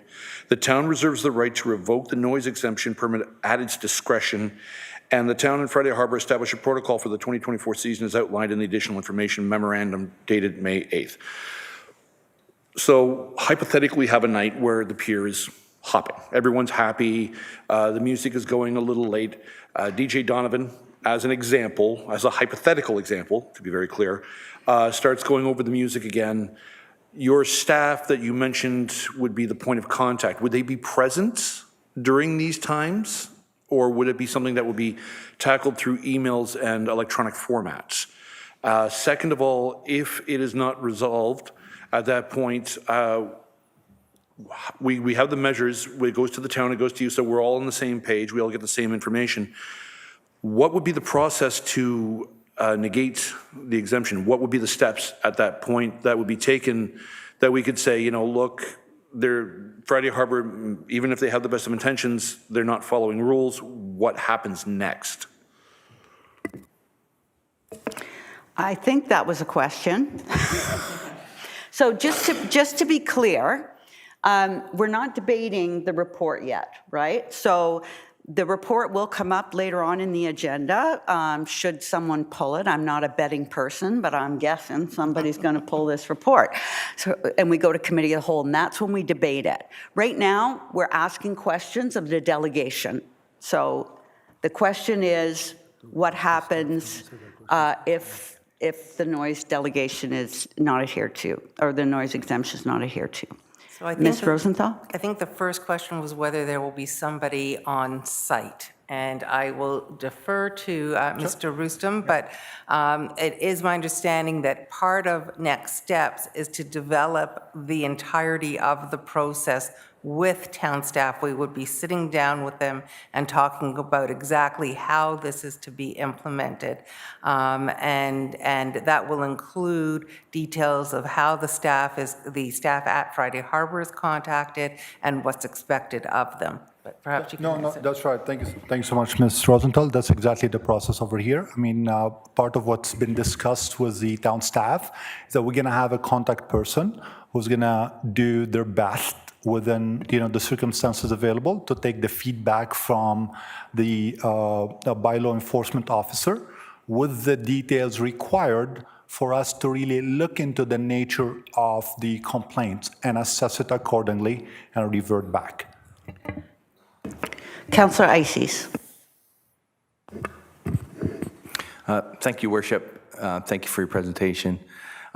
Just a question regarding prior years when there was no exemption, or when the exemption was given, and you were able to operate events Monday, Tuesday, Wednesday, Thursday. The exemption asked for in this report is, as noted, quite a bit more restrictive. How many events would have taken place on the Monday to Thursday in times past, just as a ballpark, so we could get a maybe feel for how that changes the week by week routine? Councillor Isis, thanks so much for your question. I might not really have an accurate answer for you in terms of numbers of events and so on, but what I would like you please to do understand that as a resort, we are in a continuous process of trying to do whatever we can to fulfill our vision and our mission of really being a touristic destination.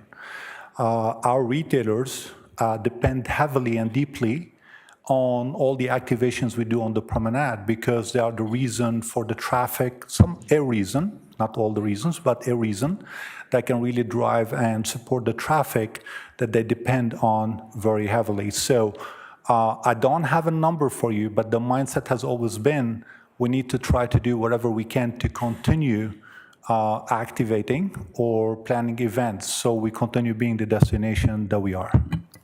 And if I may just add one small point to that, the ability to have the flexibility to provide events on Mondays to Thursdays was important to the resort. And they appreciated having that over the last number of years for the reasons that Mr. Roosum has indicated.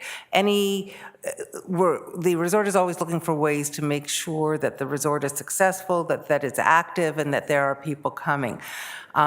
It was a large compromise on the resort's part to say, okay, we will no longer have that flexibility in 2024. They wanted it, but they recognized that there was a desire to restrict the number of days on which the exemption would apply. So again, I don't have a specific number either, but I wanted to make clear that having that flexibility was an important component. Follow-up, Councillor Ices?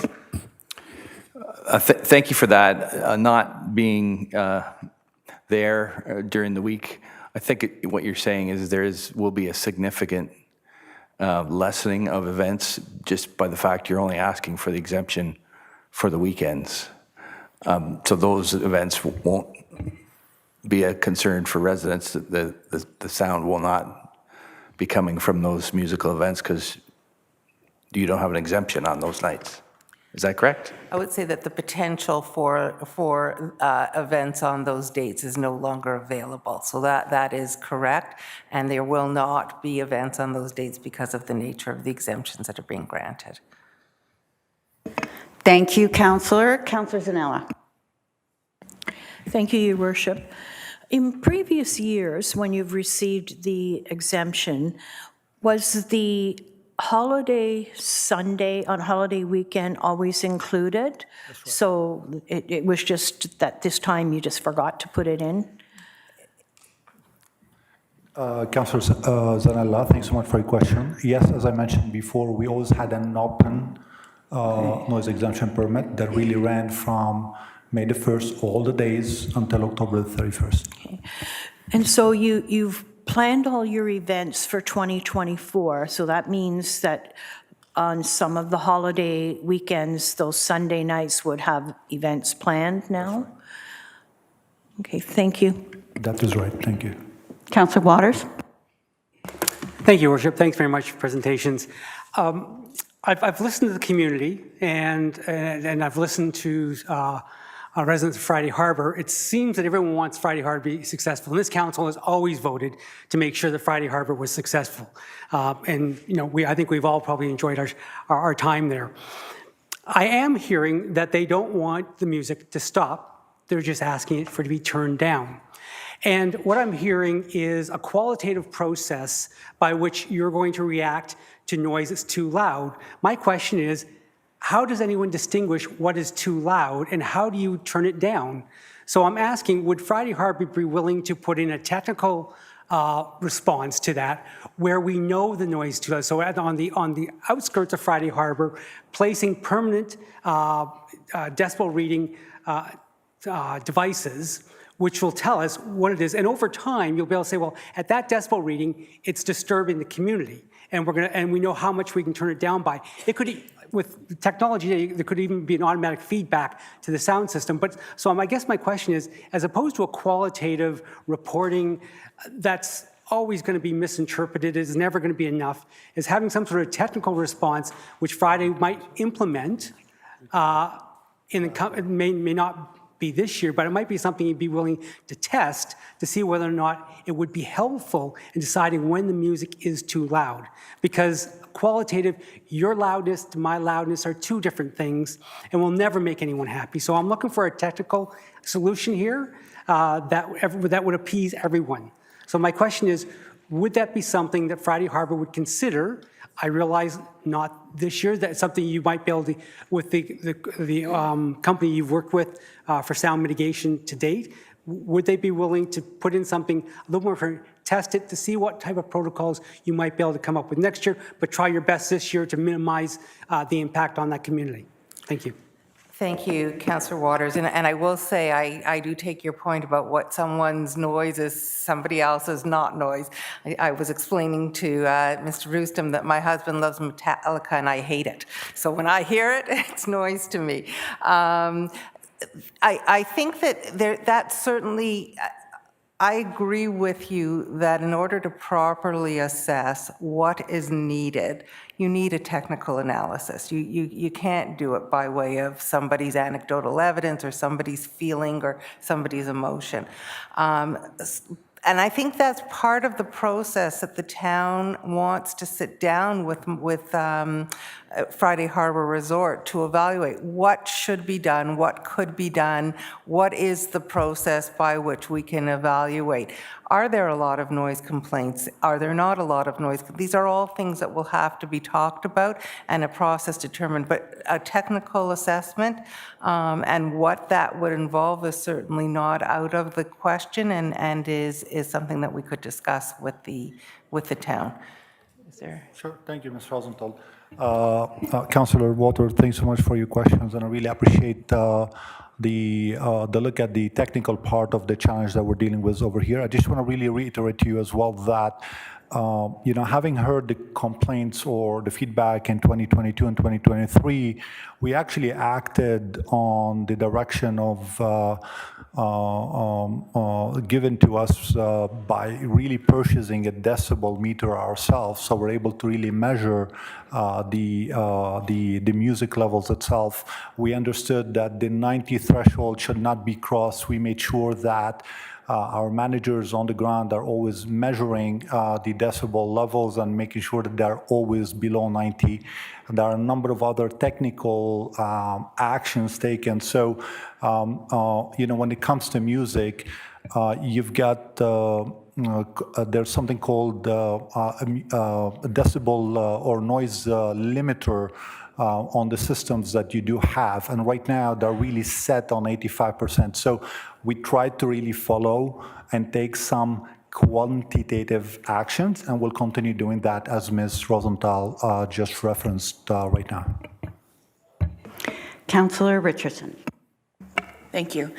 So for me, what we're trying to do is find a happy medium. We're trying to make sure that the residents of Friday Harbor, the residents of Big Bay Point feel at least heard. And so for me, I've heard that they feel that there's too much noise, it's too loud.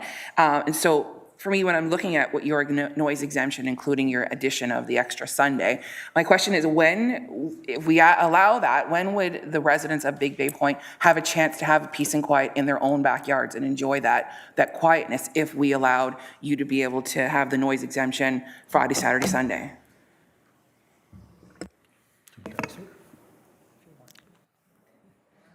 Mr. Roostem? Councillor Richard, thanks so much for your question. And I want to really go back to Councillor Waters as well.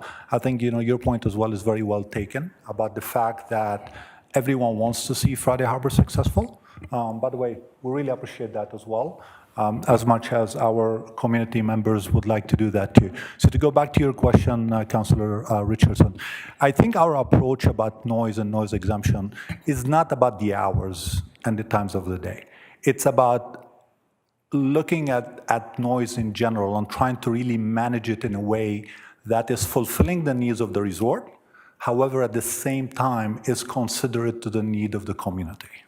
Okay, the word consideration was mentioned a number of times. We take it very seriously, and that's the mindset that we have. Hence the actions taken in 2022. Hence the actions taken in 2023. Hence the commitment with the town staff following the meetings that we had with them for the additional actions that we need to take. And if data is showing us that maybe some of the noise needs to really be turned down a little bit more, then we will do that too. And that will have to be done, as Councillor Waters pointed to, and as you're referencing it yourself, based on factual measured data. And that's exactly what we try to do. That's why we went ourselves and bought a decibel meter. We have one at Friday Harbor, believe me. That's why we engage with our sound engineers to make sure that they place the limiters on the devices that we have. We didn't know that they existed before. Based on feedback, we engaged, we took action. We'll continue taking action. More adjustments needed, we will do that. Again, I think the word is coexistence. However, it is very important that we continue being the resort that we are as well. Thank you. Thank you. I see no more questions or comment. Oh, one more. Sorry, Councillor Zanella. Thank you, Madam Chair.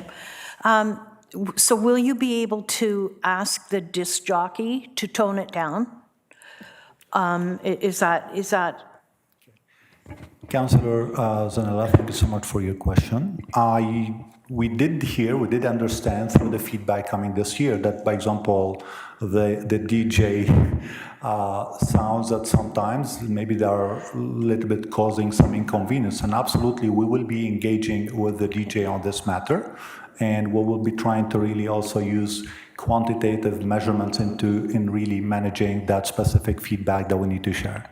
Okay, because I think that was one of the big issues that I heard from residents was that the disc jockey is just too loud. He doesn't need to speak over the music. So, you know, if he can tone it down and we can turn all the music to an acceptable level or turn it down a bit, I think the residents would be fine with that. I'm not sure, but I mean, we have to come to some kind of a happy medium here. We need to be good neighbors, all of us.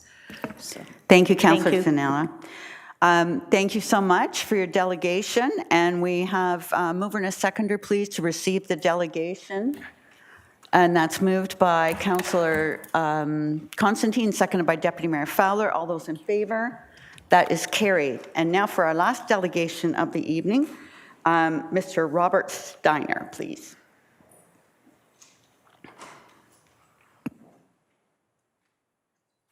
Thank you for your patience, Mr. Steiner, being last. And whenever you're ready. Mayor Dolan, Deputy Mayor Fowler, and councillors, thanks for having me. I'll go through my letter to you first, but I definitely have some comments on everything that was just talked about here briefly because I find a lot of it in there. I moved to Innisfil in 2006 to its quiet and off the beaten path location. When I talked about this location prior to the Friday Harbor development, my common description was that you heard snowblowers and snowmobiles in the winter and lawnmowers and the odd boat in the summer. One phenomenon that I ever heard in this area is the sounds of the frogs during their mating season. My description of this area has drastically changed. My job involves new development projects, and I'm well acquainted with a number of required studies that must be completed and the attenuation of their effects, if deemed unacceptable, in the design before development is approved. To name the easy ones, stormwater management, and that's regulated by the Ministry of Environment and municipal bylaws, lighting study, municipal bylaws, maybe MOE, environmental studies, MOE, noise impact studies, MOE, and municipal bylaw. These studies are all required to ensure that we are not, for example, flooding neighboring properties, damaging existing waterways, causing light pollution, damaging the environment, or causing noise pollution to the existing environment, be that a waterway or residential area. The post-development levels essentially must meet pre-development levels. I write to you to point out that Friday Harbor is in non-compliance primarily of the noise levels and additionally the protection of the environment, and I've observed this from my driveway. When I describe this area today, it surrounds the fact that I am unable to enjoy my property as a result of excessively loud and constant unwanted music, sometimes from midday and generally each and every weekend night until 11 p.m. at night or later. The sound of dance music and a yelling DJ not only inhibit me from enjoying my property with friends during an evening, having dinner on the deck, but can be heard over our TV inside the house. I have called and reported this to the bylaw voicemail, as of others in our neighborhood, to no avail. I must also note, I have not heard the frogs in a couple of years. This is an environmental issue now. As a result of this noise pollution, I purchased a noise meter and monitored levels from August 3rd until January 28th, 24. Sorry, I'm getting upset after I heard all that stuff. And the results are attached, and you've seen the results. They clearly indicate the unacceptable noise pollution that the long-term residents of abutting Friday Harbor are exposed to. I can go through the technical here anyways. The attached graphs have been prepared showing a complete day with data measured each minute. The data was graphed with a visual indicator using trend line, moving average, period of 30. Nobody really cares. The trend line, unfortunately, is very much affected by the outliers and not a perfect fit to the data. It's more of an indicator just to give you the, oh, we do have, perfect.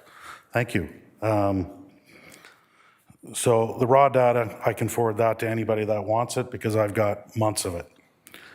So Tuesday, August 8th. Are we able to get to that one? Tuesday, August 8th. So this was what I would almost consider more of your ambient noise levels in our area.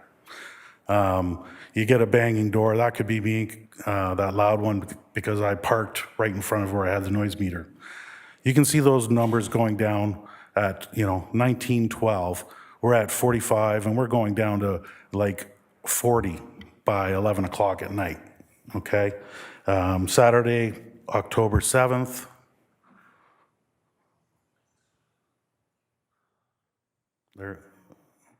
You're getting down once again into the mid 40s late at night.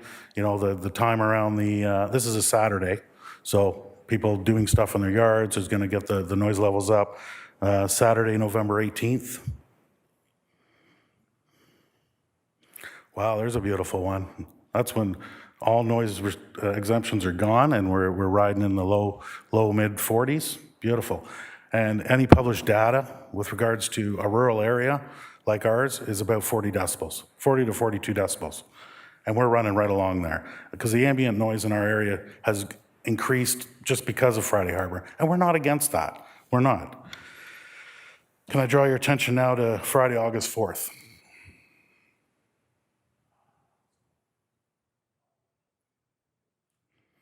So that's Friday, August 4th. We're bouncing high 40s, and then you can see a drop off at 11. Saturday, August 5th. Look at that one. We're riding in, this is after 7 o'clock. We're riding at 55, bouncing up to 60 decibels. Like, this is crazy. The next one, Friday, August 11th. Once again, all over the place and at the high 40s. Saturday, August 12th.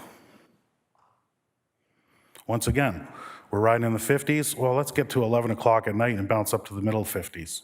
That's great. There was one graph here that Saturday, September 9th. Too bad I didn't post it. So, Saturday, September 2nd. Sorry.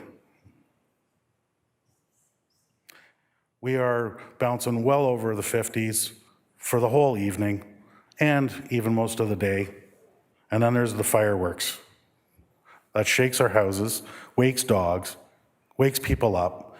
And I mean, it shakes our houses. Like, they rattle. It is so loud. The fireworks, yeah. And then, like I said, it shakes our houses. I draw your attention to Saturday, September 9th. Do we have Saturday, September 9th? There it is. All day, we're dealing with decibel levels up over 60. Up and down and up and down. So the ratio from 40 decibels to 50 decibels equates to 10 times as loud. 40 to 60, 100 times as loud. So you're telling me there's been mitigation? Come on, that's ridiculous. This means that every weekend, our pre-existing residential area is subjected to a newly inserted outdoor event, which is generally bordering on being 10 times as loud than our pre-existing ambient noise levels, and regularly much worse.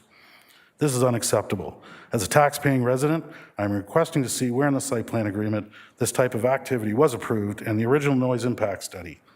If I stand in my driveway, I walked out to my driveway while I was writing this, all you can hear is the constant hum of the mechanical ventilation coming out the east end of the building.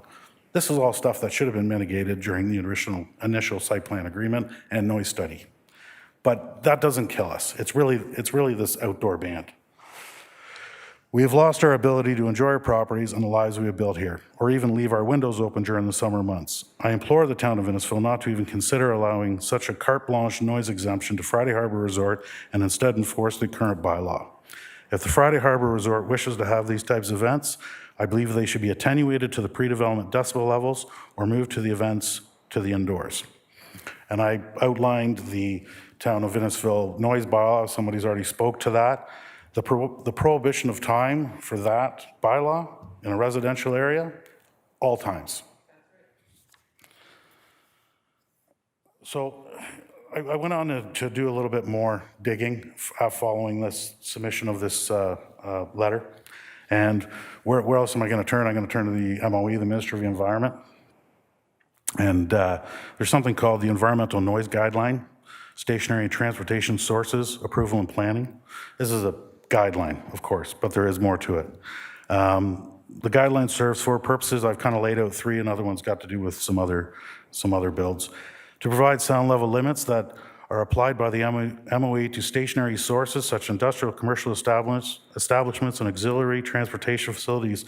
Compliance with the sound level limits is required for existing, planned, new, expanded, or modified stationary sources of sound through an environmental compliance approval. That will come up again. Issued under Part 2 of the Environmental Protection Act. And there's more about the Renewable Energy Act and stuff like that. Essentially to provide advice, sound level limits, and guidance that may be used when the land use planning decisions are made under the Planning Act. To provide sound level limits that may be incorporated into noise control bylaws, which may be developed by municipalities in accordance with the Municipal Act and/or other enabling legislation.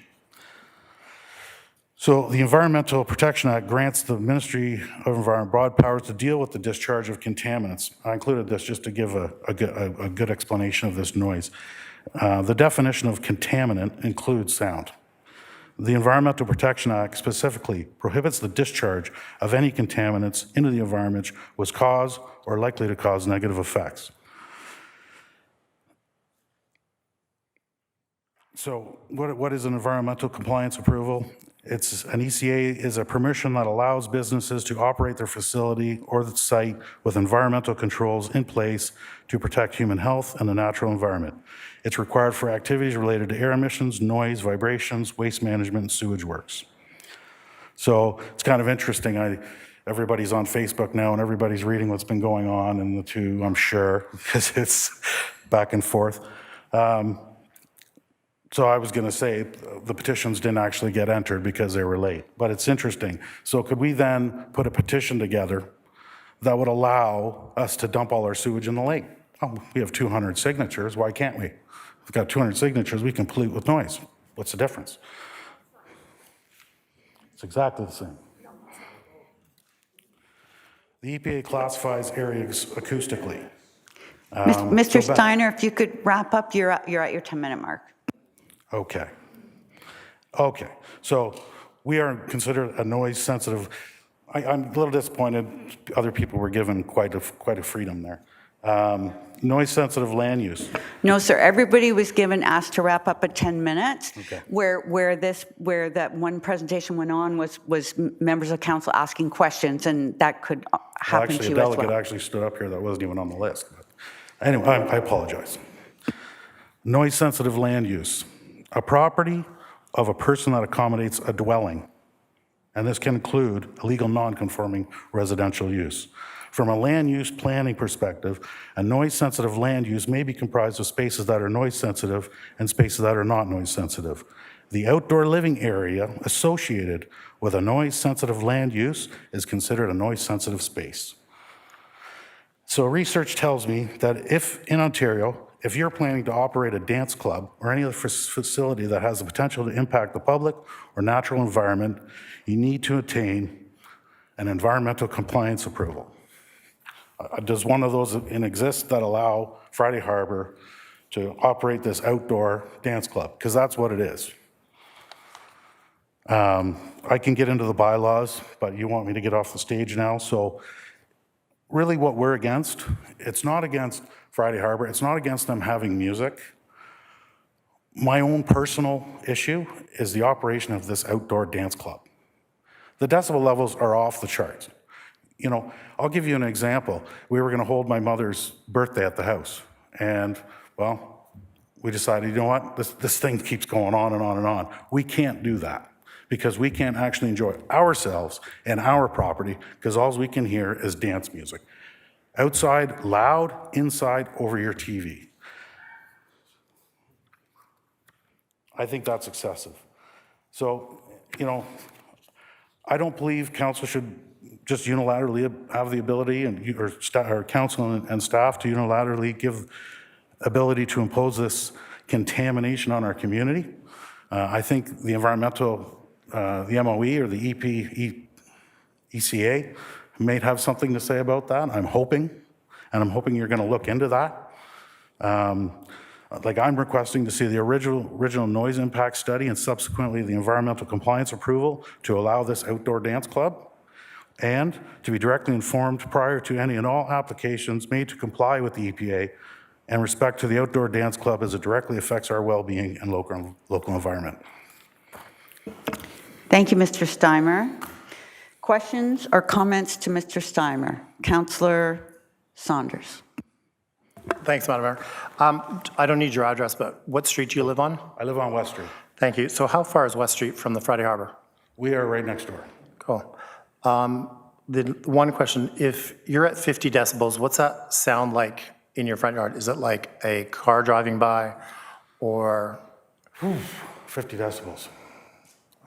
You know what? I did not look up exactly what I would compare it to.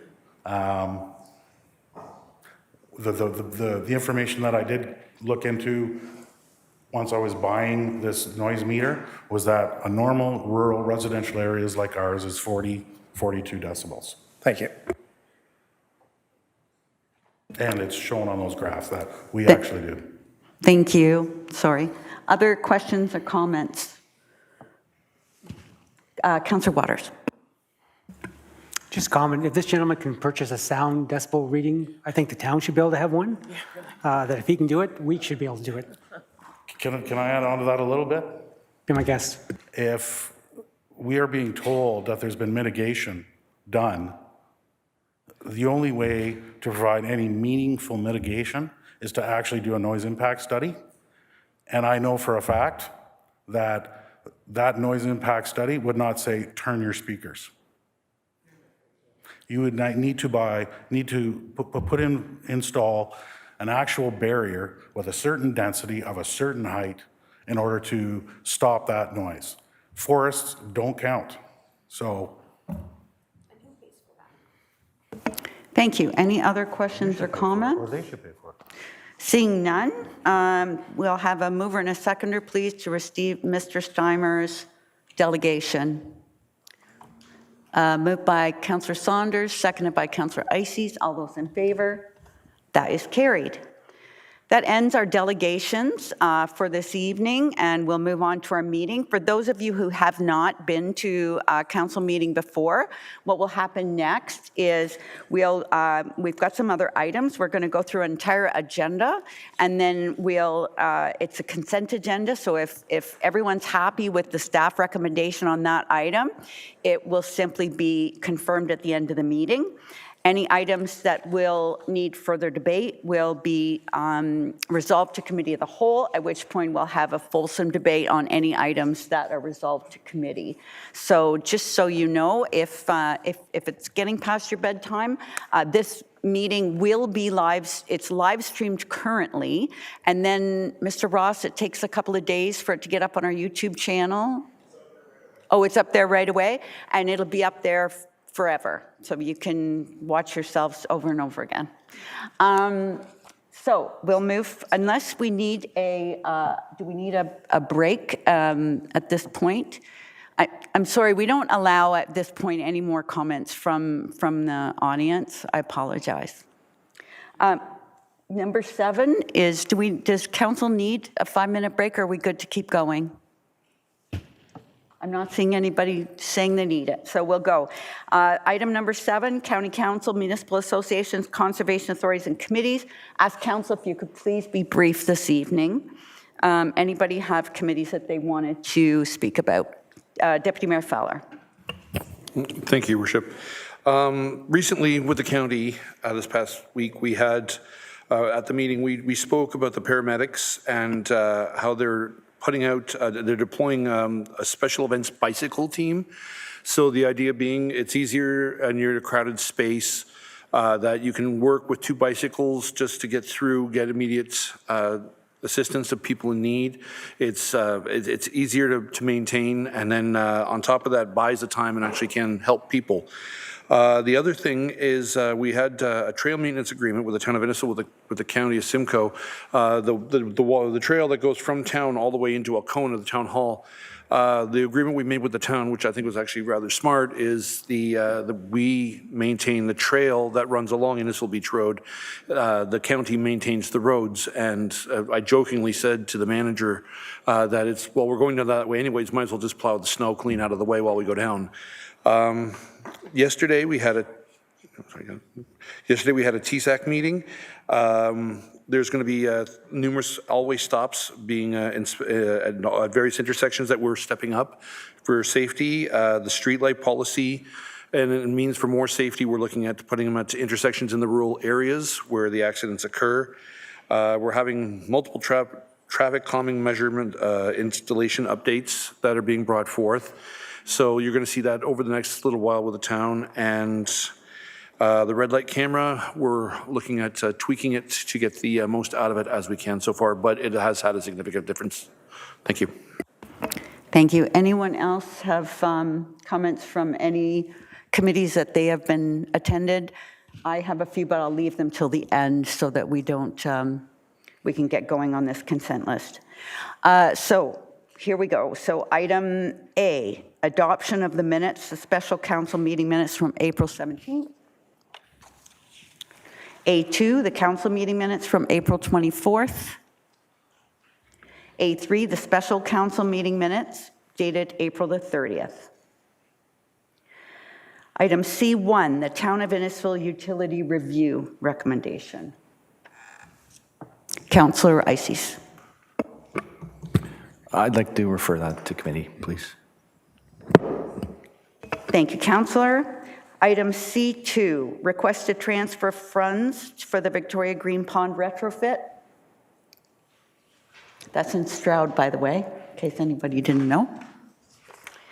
C3, the new streetlight infill policy. Just a couple of comments, if I could.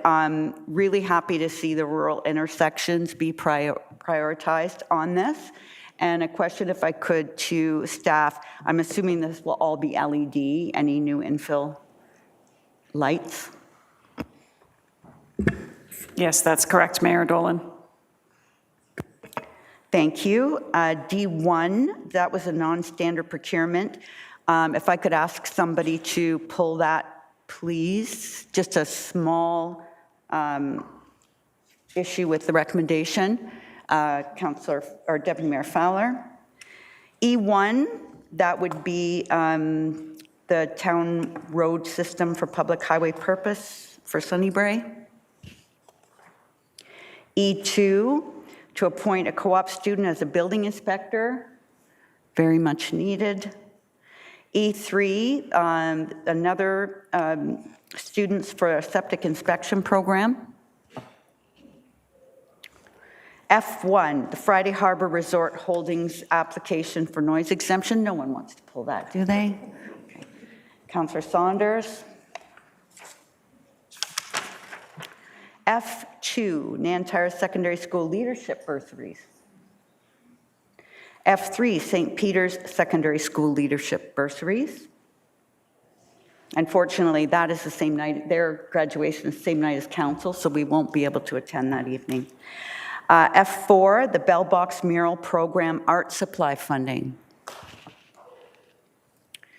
G1, council meeting minutes from April the 16th from the County of Simcoe. G2, the Moose Hide Campaign Day on May the 16th. I just want to take a very quick moment to highlight this campaign. It's a grassroots campaign from Manitoba, started by a lady by the name of Raven Surt and her father.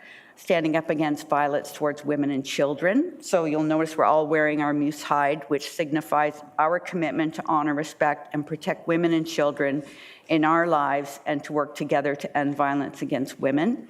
And there is more information on moosehidecampaign.ca if anybody's interested in further information on that. G3 is the International Day Against Homophobia and Transphobia.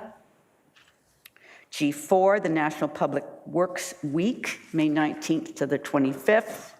And G5, National Accessibility Week, May 26th to June 1st.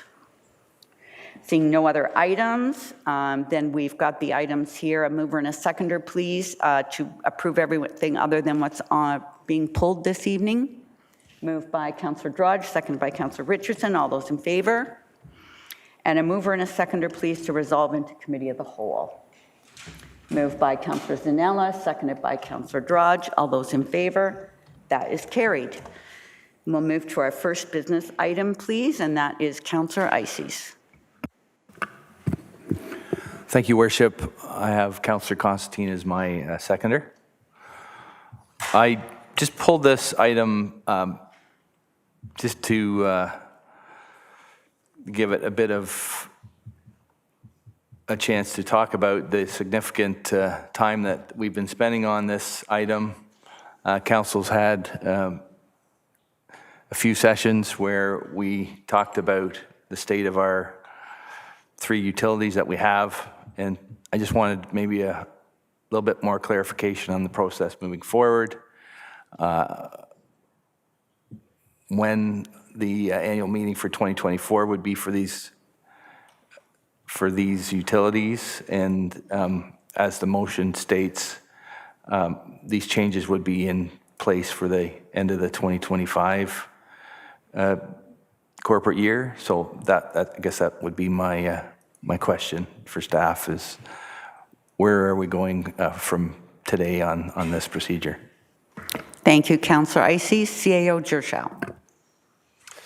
Thank you, Mayor Dolan, and thank you, Councillor Ices, for the question. So the annual general meeting for the utilities takes place with council each year, typically in June. So in 2024, that will be, I think it's June 26th, here in the council chamber, and all members of council and the community will have the opportunity to hear from the utility companies and do the usual things that happen at AGMs, like the appointment of directors.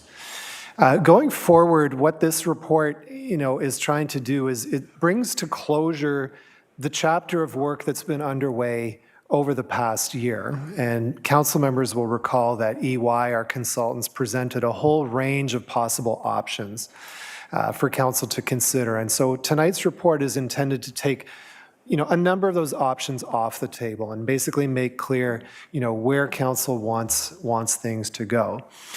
Council will have noted that some of the recommendations do envision further work. So there's basically 2 areas where we are looking to do some additional work. One is around the governance of each of the utility companies. So specifically, things like who sits on the boards, how big are the boards, what kind of skill sets and qualifications do we expect board members to have as they continue to govern the utility companies going forward. And that we think needs a bit more detailed analysis than has been done so far.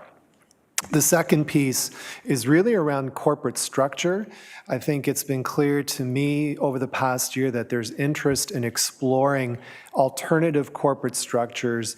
So rather than having 3 distinct companies with 3 distinct boards, are there benefits from having a more integrated corporate structure, whether that's under a single holding company with different operating entities, or even potentially a merged corporate structure? So that quickly gets you into some fairly technical, legal, regulatory, and other considerations.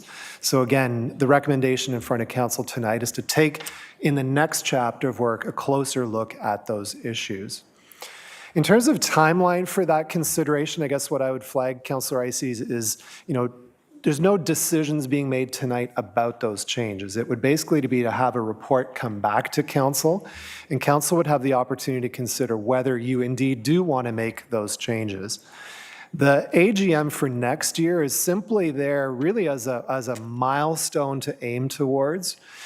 recognizing that that is typically the time of year when council makes decisions about corporate stuff that's happening at the utility companies, like appointments of directors.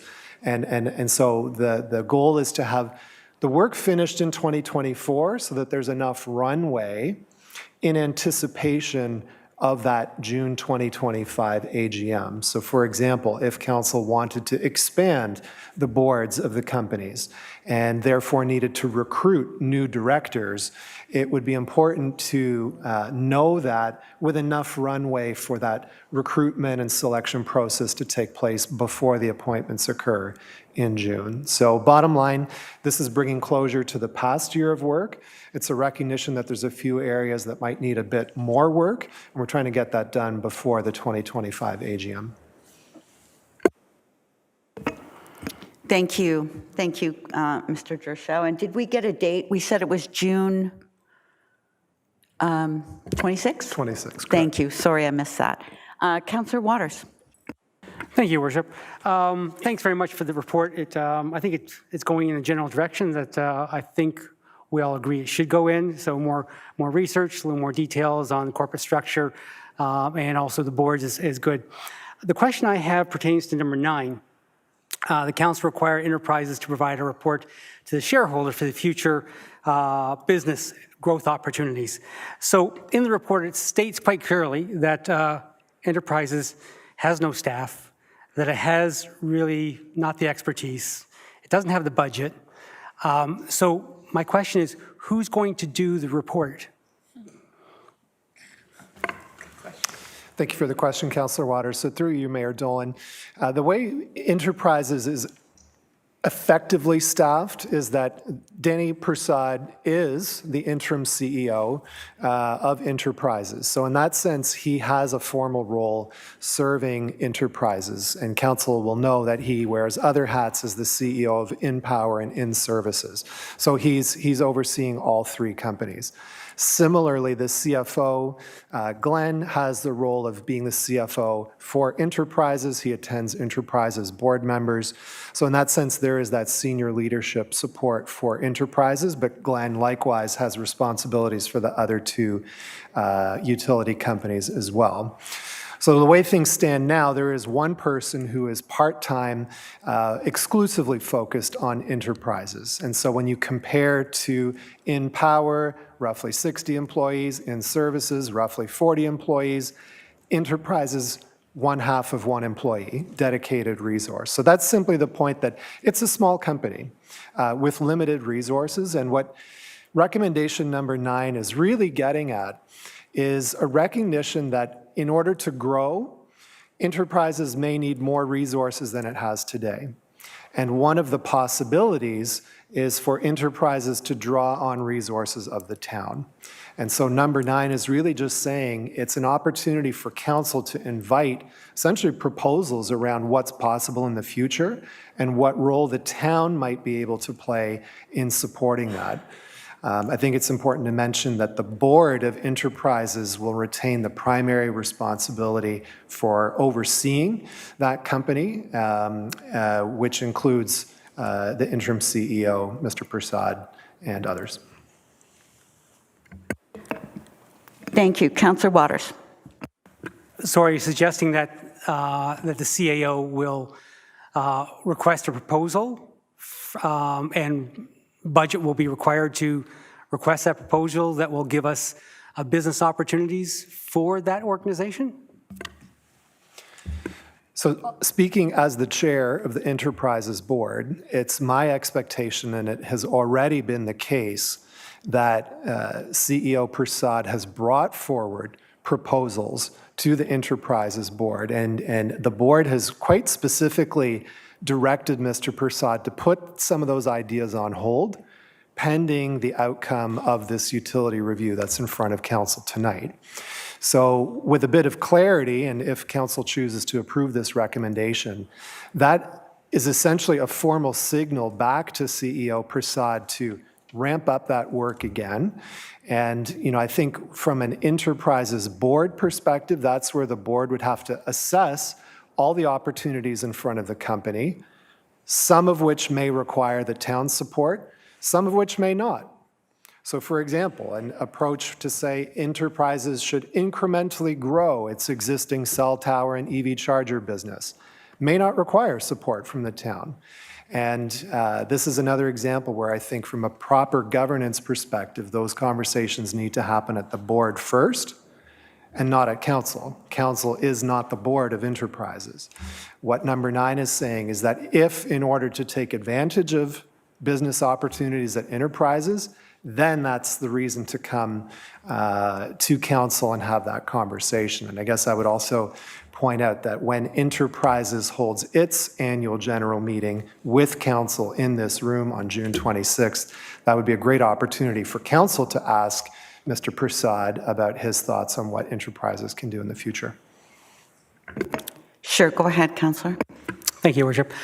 With no disrespect to everyone on the board and the CAO, Danny is very busy. He still has a strategic plan for in-services to write. He has 3 organizations to run. Adding this, I'm afraid he's going to have a stroke by adding too much more responsibility to him. My concern is I don't think, with no disrespect to anyone, that we have the expertise, the entrepreneurial expertise, the technical expertise to explore the opportunities that Enterprises really has to offer to us. There are many other municipalities out there who are doing some interesting things. So my question would be, is there not an opportunity here to strike a committee that would, that with appropriate expertise, entrepreneurial people, technical people, people from the other municipalities which have done these type of businesses, is to invite them to do a brainstorming session that would give the CAO an opportunity to present some, some ideas that maybe we haven't thought of. So I just putting it back out there, whether or not we could maybe do a better job and open the tent a little bit in terms of getting those opportunities that can enhance what Enterprises could do down the road. Thank you. I would say, speaking again as the Enterprises Board Chair, certainly open to hearing thoughts from members of council or members of the community about what's possible for Enterprises. I would say, with all the utility companies, the CEO reports to the board and not to council. And as board chair for 2 of the 3 utilities, I certainly am very mindful of Mr. Prasad's capacity and ability for him and the rest of the senior leadership team to meet the needs of all 3 companies. And frankly, I think that's going to be part of what's going to be examined when we say, look at an integrated corporate structure. To me, that's not just a legal question, but also a practical question around whether a single management group can, in fact, have the day-to-day bandwidth to manage all those lines of business. So in that sense, I think there will be opportunities for further discussion with council about that question. But I would say today, and in a general sense, that's the job of the boards of the utility to satisfy themselves that their CEO and management team has the bandwidth to deliver on their mandate.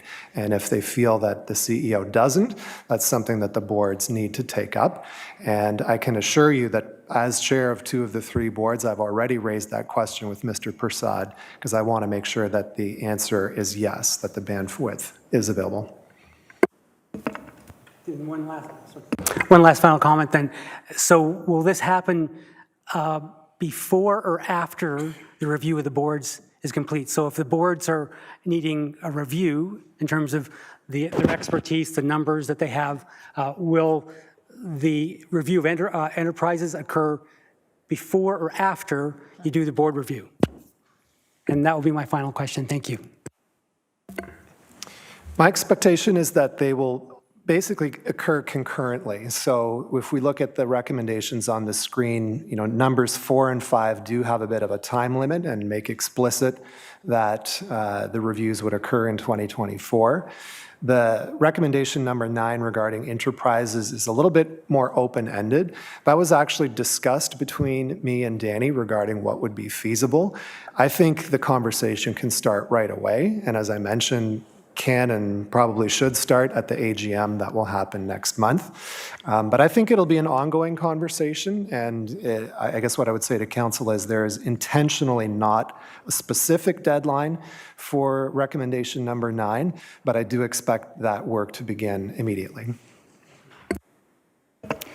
Thank you, and I just want to say, you know, it's been a year and a couple of months since the EY report was started. The contract person that is at Enterprises now might be only part-time, but doing 2 times the work, like just doing an amazing job and renegotiating a number of contracts that have really been beneficial for the corporation. So really happy with that work. Seeing no other comments or questions, thanks for pulling it, Councillor Ices. All those in favor of the recommendation? That is carried. And thank you, Sia Gershow, for all the work on this. Next, I asked the Deputy Mayor to pull this for me. The only difference, or the only change I wanted to make was to change dock to docks. There was an S on it. The original recommendation just said dock, so that actually includes both the 30th Side Road dock and the Isabella Street dock. And I just wanted to confirm that the price included in the report included the inspection on both docks. Thank you, Mayor Dolan. You are correct, it is the 2 docks separately. So the recommendation speaks to dock singular, but throughout the report, it actually does speak to docks and both being separate, and the cost does cover both docks. Thank you for that. Anyone else have question or comment? Thank you for pulling it for me, Deputy. All those in favor? That is carried.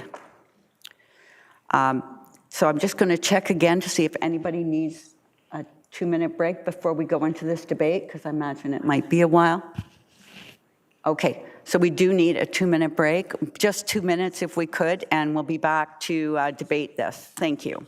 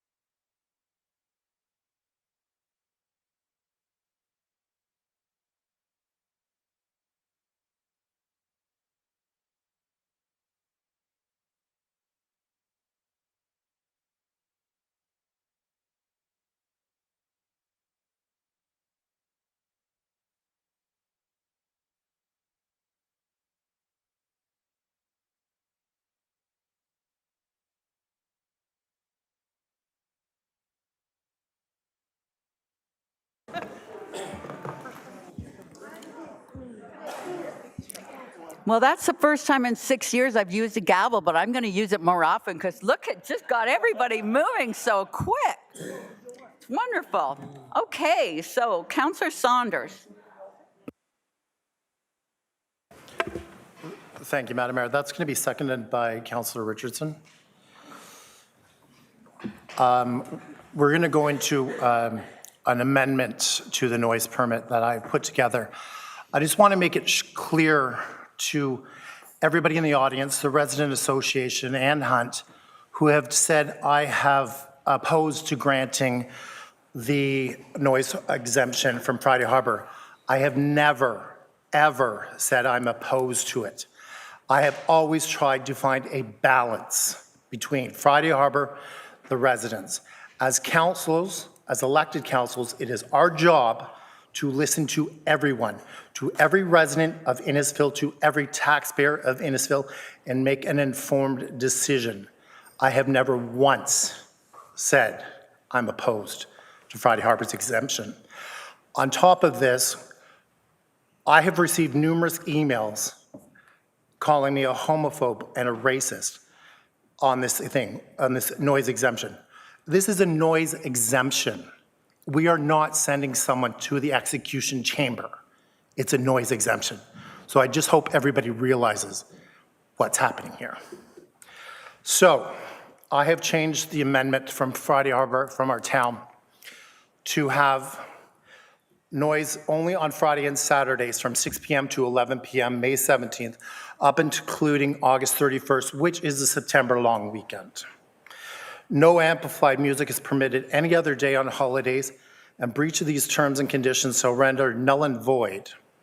The town reserves the right to revoke the noise exemption permit at its discretion, and the town of Friday Harbor will establish a protocol for the 2024 season as outlined in additional information memorandum dated May 8th, 2024. Thank you. So the mover, and it's been duly moved and seconded, and so the debate right now will be on the revised recommendation provided only. Comments or questions? Councillor Richardson. I just want to say that I second this because same thing like my question that I asked earlier. If we allow the noise on Sundays, holidays, when do the residents of Big Bay Point, even in Friday Harbor, have a chance to have peace and quiet to enjoy their backyards, enjoy their front yards, and just sit, or even sit with their windows open? Any other questions or comments on this? Deputy Mayor Fowler. Thank you, Worship. If Sunday went to 11 o'clock at night, I can understand that. If we're limiting it to 6 o'clock on a Sunday afternoon, like after that point in time when people sit down for dinner, I know my family sits down usually around 7 or 8 at night. I mean, to wipe out Sundays altogether wipes out any potential for any, that's even during the day. Like that's the, if there's an event for children during the day, that's something I think that's a little too far. I mean, like if you limit it to 6, we don't expect kids to stay up past, you know, a certain hour at a certain time. I mean, if it's something similar to that, or it's a family event, like I can understand the 11 o'clock, but I mean, to take Sunday clean off the table, I doesn't resonate with me. Any other questions or comments on this amendment? On this recommendation? Councillor Waters. I think I'll just repeat some of the things I said earlier, that we're dealing strictly with hours here and not with the sound itself. So residents are still going to be inundated with sound levels, and Friday Harbor is trying to mitigate that. So I don't see any part of this which kind of tries to find a solution for the remaining time that they are open. So I'm sitting on the fence with this one in terms of whether I could support it or not. In terms of there's no solutions for the time that the music is going. I'm sitting on the fence right now, so I don't know which way I'm going to go. Thank you. Any other? Councillor Ices. Thank you, Worship. Definitely trying to strike a fair balance between the residents' concerns and the ability for Friday Harbor to operate. I think it should be noted that the procedure for this noise exemption is new to this council. And my understanding is this will occur every year. So in my thinking, we're going from one extreme to the other and not giving those involved, being town staff and Friday Harbor, a chance to come up with a solution during this upcoming year. So I do have a hard time going this far when, you know, we've heard the residents, we've heard Friday Harbor. We want to enable town staff to, as Councillor Waters has mentioned, find more of a technical solution than just going more on emotion and what one person feels versus the other. So I think I would vote against this revised recommendation based on those comments. Any other comments? Councillor Drodge. Thank you, Your Worship. I too agree about we need to have a technical solution, but in the same breath, the residents of Big Bay Point outside of Friday Harbor have had no assurances whatsoever that these noises are going to lower. Like, you've done your studies, the noise still exists. You're going to try to make it quieter, yet it still exists. 2023, you said you've made changes, yet it still exists. There's no assurances for the people of Big Bay Point outside of Friday Harbor that this is going to change. So as much as I do want a technical solution, I would like a solution that will go in place tonight. So if you limit a day or two, then you're giving Friday Harbor the chance to improve on those other days. And maybe once you improve on those other days, then the residents of Big Bay Point will support you and will give you your Sundays and Monday holidays if those decibels do lower. Maybe that would be a solution. So I'm kind of on the fence, but I'm leaning a little bit towards supporting this motion. Councillor Constantine.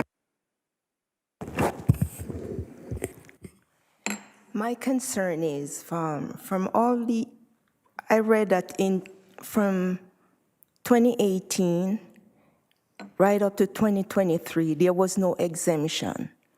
So I'm wondering, is it something new over these past month, why it's so much outrage about the noise? I don't understand, because they didn't have any exemption before all these years. So what happened? Is something new happening right now? This is my concern. Thank you, Councillor Constantine. Any other comments or? I think I'm with Councillor Ices on this one. I feel, and not just here in this room now, but over the last year or so, there's been more and more in society, more polarized debate, more digging in the heels, more all or nothing, and more demands and less capacity to arrive at a compromise. And I think throughout the town of Innisfil, we have adopted the economic development, and tourism is part of of who we are. And we have tourism more than just in Friday Harbor. We have Sunset Speedway, and it's been there for, I want to say 30 years, but probably longer than that. And they have racing every Friday, every Saturday. I'm not sure about Sundays, but we were able to mitigate the issues that the neighbors had with Sunset Speedway. We have Toronto Skydive. When it started, we had 3 times the number of people in this council chamber complaining about the airplanes going overhead every 10 minutes. And we found a way around that. Mr. Chow bought a bigger airplane that flew higher, that held more people. And when a neighbor wanted to have a wedding in their backyard, went to see the gentleman and say, my daughter's getting married in the backyard, would you mind using a different flight path, and they did. And now they coexist. And I think we need to find a way for Big Bay Point, all of Big Bay Point, and there's two clarifications I want to make too. One of them is I got emails from residents who own places in Friday Harbor who don't like the music.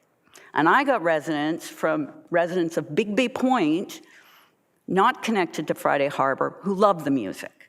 So it isn't an all or nothing. I think compromise and finding a way to balance having a successful resort that everybody can use, but at the same time allowing people enjoyment of their property.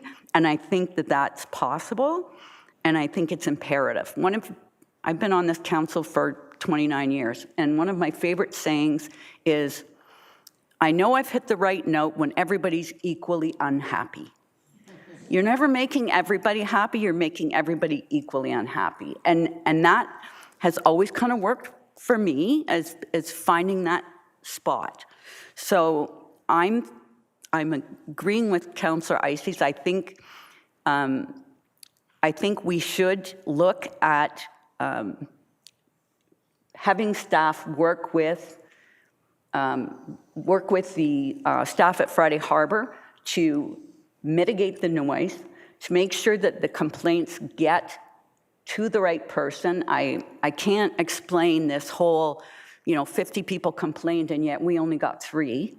I don't know whether, I get people who tell me they posted it on Facebook, and so that should be considered a complaint. But I think there has to be a way to do that fact-finding mission to find out where it is, which way the wind's blowing on such and such a day when it becomes a huge issue for these people, but not these people. There has to be, in this day and age, a way to mitigate that. And so for those reasons, I'll be voting against the motion that's on the floor. Other questions or comments?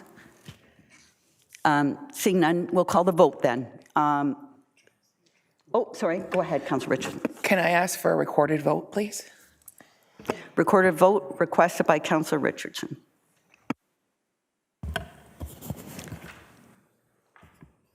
And so everybody's clear, what we're voting on is what is on the screen right now. So it was the original motion, but revised to include A and B. So that would be music from 6 to 11 only, Fridays and Saturdays, from May 17th to August 31st. And no amplified sound any other day or time. Are you ready, Madam Clerk? Thank you, Your Worship. Our recorded votes are done in random order. Councillor Constantine. Deputy Mayor Fowler. Excuse me, I'm just going to ask if people could please turn their mics on, because we have people in the live stream and they're going to be very interested how everybody voted. Councillor Waters. Councillor Zanella. Yes. Councillor Drudge. In favor. Councillor Richardson. Yes. Councillor Ices. Opposed. Mayor Dolan. Opposed. Councillor Saunders. Yes. The motion fails, does not carry. We have 4 in favor and 5 opposed. We'll go back to the original motion. Thank you, Council. Now we're debating on the original motion. Questions or comments on the original motion?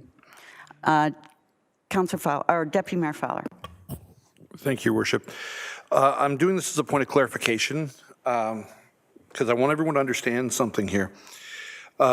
Previous year, Friday Harbor had a blanket exemption. So when it came down to it, there was no real limitations. There was no power that the people had over the situation. Option 1 in this particular vote I'm going to do it again. I apologize, but I just want to be very clear with this. We've knocked off 4 days right off the get-go. So we've cut it over by over 50% for amplified sound. On the days that it is approved, it must be limited to the approved days and times. Breach of the terms and conditions shall render the exemption null and void. So in other words, if they step out of line, if Friday Harbor steps out of line, they are going to be held to account. This is why I bring this up. So there's already discussion that there's going to be people discussing it with the town as to how to properly mitigate, understand, record, and acknowledge the concerns the Big Bay Point residents have, right? And so they're doing this in a manner that, in the grand scheme of things, puts the power in the residents of Big Bay Point's hands. If enough complaints come in, if enough measurements are taken, if enough issues arise, and it's recorded via email through customer service in official channels, you have the ability to tell the town, yank the permit, shut them down, and let's keep the rest of the summer quiet. So in this is the first time you've had power over Friday Harbor to this degree.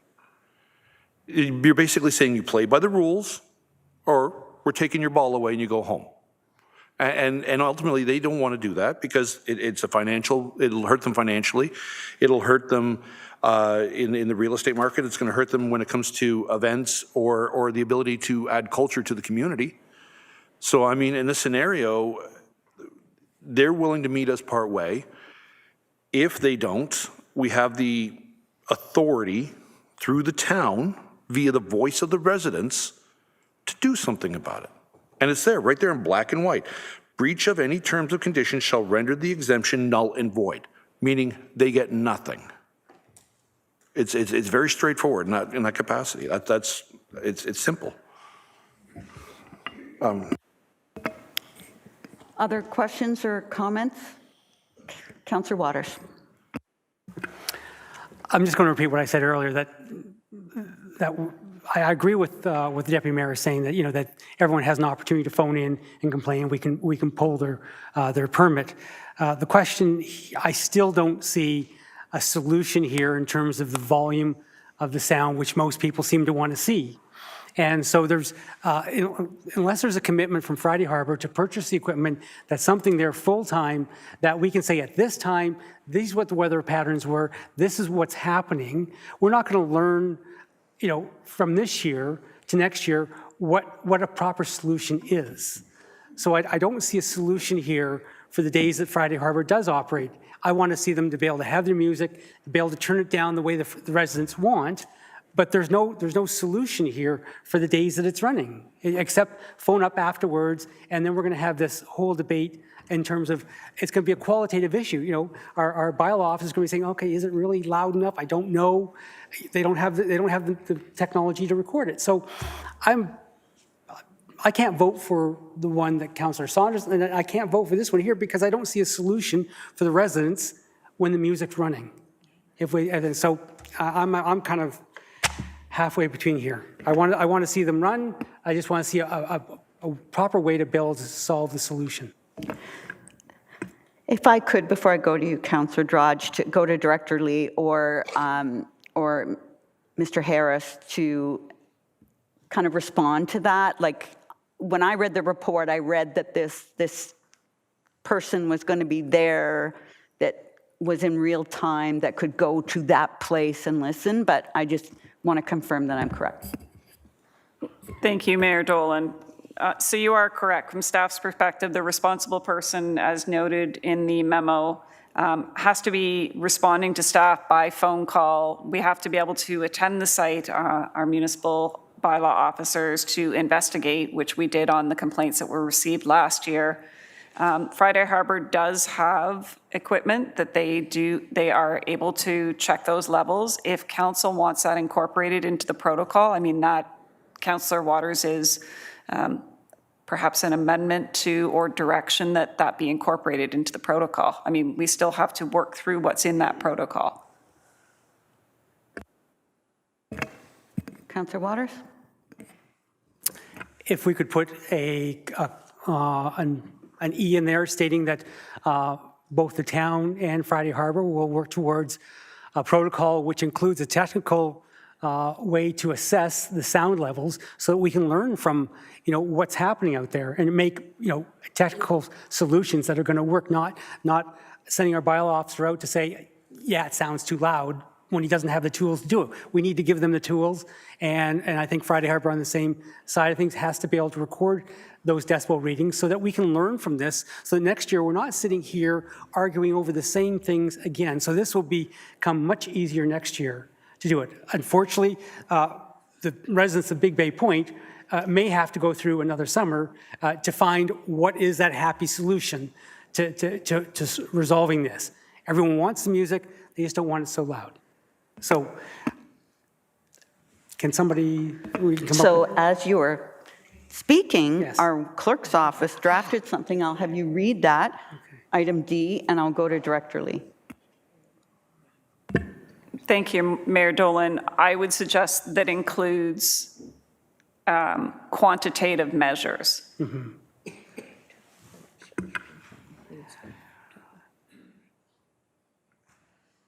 And while that's happening, I'm only going to assume that Councillor Saunders and Councillor Richardson are not going to be moving and seconding this motion? No. So we'll need a mover and a seconder on this as well. Deputy Mayor Fowler. Councillor Zanella. quite, I don't know. It's still not spelled properly.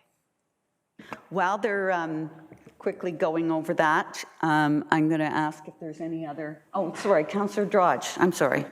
Thank you, Your Worship. It's just to piggyback off what Councillor Waters is saying. We need to have something in place, but I kind of disagree that we have to go back to bylaw to enforce this. I think Friday Harbor has the means to install instruments on their outer perimeter that can monitor in real time and alert you that your decibels are going over.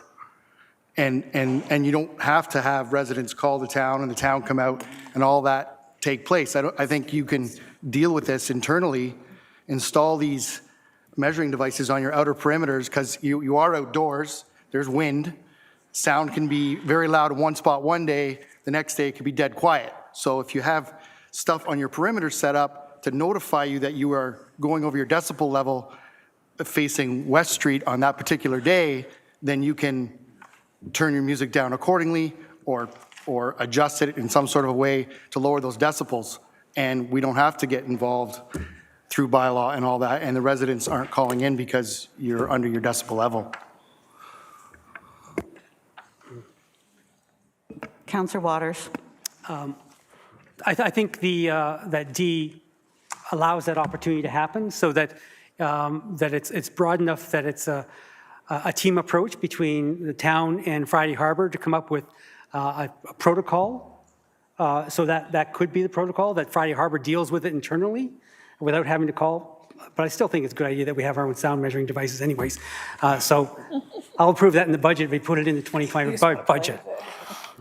So I think the way it's written now does allow for a solution to be, that we can come to between Friday Harbor and town staff around a quantitative solution that helps us to learn how to bring down the noise so that residents don't have to put up with noise, even if they are allowed to go Friday and Saturday nights. I appreciate what you're saying. I think the point I'm trying to make is your solution, what we're trying to do is basically going to allow this to happen for the entire 2024 summer. I'm trying to find a more immediate response. So if we had real-time data, we don't have to accumulate it. They can respond right away. And that's kind of the point I'm trying to make, and I'm not sure how to word it, but that's more the point I'm trying to make. I think we're almost getting to the point, though, where we're getting into the weeds a bit with what staff should be doing. We're giving them direction of where we want them to go, and I think they've heard enough debate without us, building it any further. But I'll defer to Ms. Lee. Thank you, Mayor Dolan. You're correct. Staff have to work within the bylaw and how we process all of the exemption and implement and compliance under the bylaw. So we want to be consistent about that. What we're suggesting in the protocol is that there would be specific discussions between Friday Harbor and the town on what quantitative measures could be put in place. But I do want to be clear, the town is not buying a sound monitor. Staff are not qualified at this point, and that's not what we're suggesting. We're suggesting having quantitative information from 2024, and as we said in the staff memo, we would be using that as the basis for evaluation in 2025 of additional measures. Back to Councillor Drage's point, subsection B, breach of any of the terms or conditions renders the exemption null and void. So if staff determine through the year that there is not compliance with the exemption and with the noise bylaw, condition B, the exemption is null and void at that point in time. So it would not wait till the end of the season. Thank you, Director Lee. Councillor Waters. Back to the director. What is the quantitative measurement that you're going to use to say that they're in contravention of the noise bylaw without having meters? And so if we're going to, with any other technical device that our staff run, we provide training on it.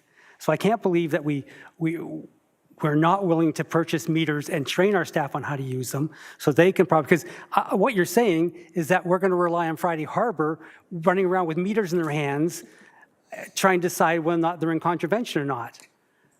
You know, that is up to us to decide, not for them to decide. So I think investment in meters and training is something that we do all the time, and I don't see why we wouldn't do it this time, especially since we have such a large client and we have a large number of residents who are really quite concerned with the whole thing. Thank you. So I'm going to take that one at first, and then I'll see if Director Lee has something to add. So we have 45,000 people in this town, and I don't know how many neighbor-to-neighbor complaints you get, but I get probably between 10 and 15 a week that they started their lawnmower too early, that their baby was crying, that, you know, you name it, that their son had their music up too. So if we train our staff and we get a meter, be prepared to have 25 meters and 50 staff, because they're going to be deployed throughout the town of Innisfil every single day. That would be my concern, is just how resource dependent it would be. You know, and again, a lot of times it's the getcha thing, right? It's one neighbor who's complaining about another neighbor, and then that neighbor complains back about that neighbor. You know, those are probably the worst complaints that I have to deal with. So my concern would be that. But before I and I'll go right back to you, but before I do, we have reached hour of closure. So we need a mover and a seconder if we wish to continue debate on this. Moved by Councillor Zanella, seconded by Councillor Waters. All those in favor of continuing, Councillor Gershow? Director. What are you? You're a CAO. See, I reach hour of closure and my mind closes. I'm interrupting your vote. Please go ahead. All in favor? That's carried. So we'll try for 10:30 if we can get through by then. So, Councillor Waters. I think the way it's written right now allows staff to sit down and come up with a protocol that will address a solution, a technical solution to help us better monitor and make proper decisions regarding the sound levels, because that's where we're at. We're not about days, we're about sound levels. And I think that's what we should be addressing. Thank you. Deputy Mayor Fowler. Thank you, Worship. One question for Ms. Lay, if possible. Under quantitative solutions, as we don't want people running around with machinery that they may not be properly trained in or have time or energy or handling other matters, would a sound barrier fall under a quantitative solution under that ideology? Because once you put it in there, it's there. It doesn't have to, you don't pay it. You don't have to worry about benefits. You don't have to worry about getting caught between residents. It's just a wall, a sound barrier. Is that a feasible discussion that could be included under quantitative solutions? Again, I think we should let staff work it out as opposed to us trying to micromanage what the solutions are, being none of us are sound experts. But Director Lee, I'll go to you. Thank you, Mayor Dolan. there are a number of measures that Friday Harbor had implemented. Those were not Friday Harbor staff. They were done by a qualified noise expert making recommendations. So I think town staff would want to continue to work with those experts to determine what other solutions. They have professional obligations. They will advise, and town staff can then determine whether we need to bring on our own noise expert to assist the town. But I do know CAO Gershow was looking to speak. Sorry, Mr. Gershow. Thank you, Mayor Dolan. Just to build on Director Lee's comment, I guess it's just a reminder for members of council. I think we hear what you're saying.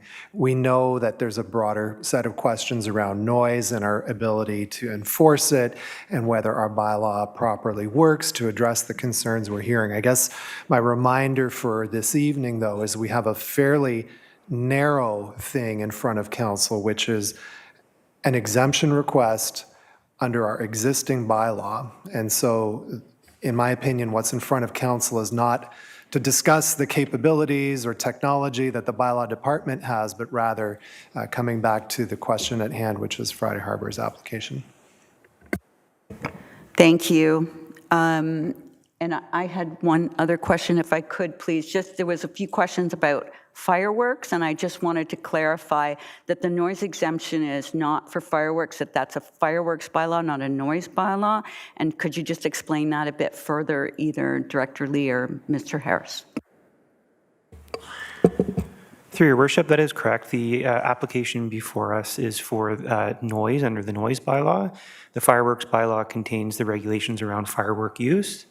And through that process, those reviews are delegated to the fire department for review for large shows like ones that would happen at Friday Harbor. So this application is just for noise, not for fireworks. Thank you. Other questions or comments from members of council? Councillor Drodge.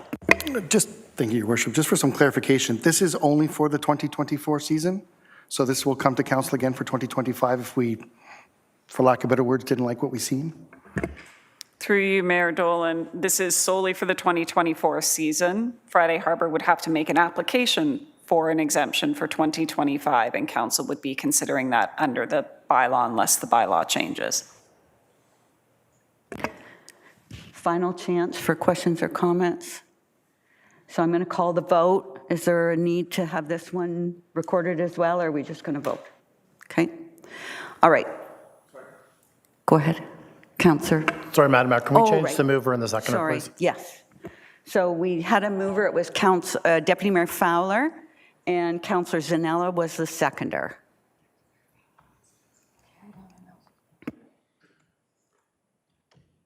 A big thanks to our clerk's office tonight for doing the heavy lifting.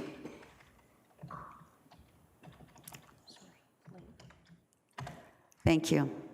Now, any final questions on the motion that is before you tonight before we call the vote? All those in favor? 1, 2, 3, 4, 5, and I'm 6. Those opposed? 3. 3 opposed, 6 in favor. That carries. Thank you. Next item on the agenda is a consideration to adopt the recommendations from Committee of the Whole this evening. Can I have a mover and a seconder, please? Moved by Councillor Drodge, seconded by Councillor Ices. All those in favor? That is carried. And notice has been given. That's by Councillor Drodge regarding light-up night support. Do you have a seconder, Councillor? Councillor Richardson. Questions or comments? Do you have any comments on this, Councillor Drodge? Not a whole bunch to comment on. I think it was written pretty clearly. Just, it's unfortunate that InPower is not going to be able to do these things for us anymore, but I do believe it's a necessity for the town, for Cookstown specifically, and for obviously Alcona for their parade. And I would hope we get the support to get this done. But that's all I have to say. Thanks. Thank you. Councillor Waters? Can I ask staff a question in terms of is InPower supplies help for Cookstown? Who does Alcona's lights and who pays for those? Through you, Your Worship, to Councillor Waters, the town also provides the setup and tear down of the lights for Alcona. Anyone else have any comments or questions? I'll call the vote. All in favor? Those contrary? That's carried. Any announcements? If we could ask, if we could keep it fairly brief. Councillor Ices. Thank you, Worship. This Saturday, May 11th, there's a Spring Family Fest between 10 to 3 at IBR Table Greens on the 9th line in Yonge Street. Free event with a food bank donation. Also, May 11th, the Police Week open house, 1 to 3 p.m. And there's also a coloring contest from the Innisfil Spartans. You can pick up the sheet at Family Fest or at the upcoming Onion Fest. That's all I have. Thank you, Councillor Constantine. None. Thank you, Councillor Richardson. So just a reminder that this Saturday is pitch-in day. Remind all special residents of Ward 3 to sign up so that we can keep the golden broom in our ward. Next Saturday, Moon Cafe, they're having a cornhole tournament. On this Friday, May 10th, is the Borealis Song of Renewal concert at Lakeshore Library. Congratulations to Miss Jenny's. The last I read on their Facebook post, they won 33 awards at the last competition, including 7 first place and 2 scholarships to 2 of their dancers. And also big congratulations and good luck to our Nantyre concert band. They're award winning. We actually had a presentation at another group that they are now the band to beat. Everyone knows who they are. So they're actually competing in nationals Wednesday and Thursday next week, representing Innisfil in Toronto. So good luck to them. Thank you, Councillor Waters. On May 24th, there's a fundraiser euchre night at and the money's going to Nantyre Band. Speaking of, and that's at the Lions Hall. Thank you. And then on May 10th, there's a kids dance at Alcona Glen from 6:45 to 9:45. And just to let the residents know of the 25th Side Road, that I'll be walking up and down the 25th Side Road, collecting all their garbage that's in the ditches. Last year alone, I picked up 6 bags of garbage. So if you see me out there, a glass of water would be nice. Thank you. Thank you, Councillor Waters, for pitching in. Councillor Zanella. Nothing from Councillor Saunders? Councillor Drodge. Thanks, Your Worship. May 11th, the Innisfil Garden Club is doing a spring flower and tea event from 12 to 1:30 at the Churchill Community Centre. Also on May 11th, the Cookstown Curling Club is doing a roller skate party. Family from 2 to 4 and adults from 6 to 11 p.m. On May 13th, there's a free self-defense class at the Guildford Hall. That's between 7 and 8:30, and it's from ages 6 and up. You must register and check out what's going on and check out more info on Connecting on Innisfil. And anybody who's golfing, Harborview has opened and they are officially ready for everybody to go golf.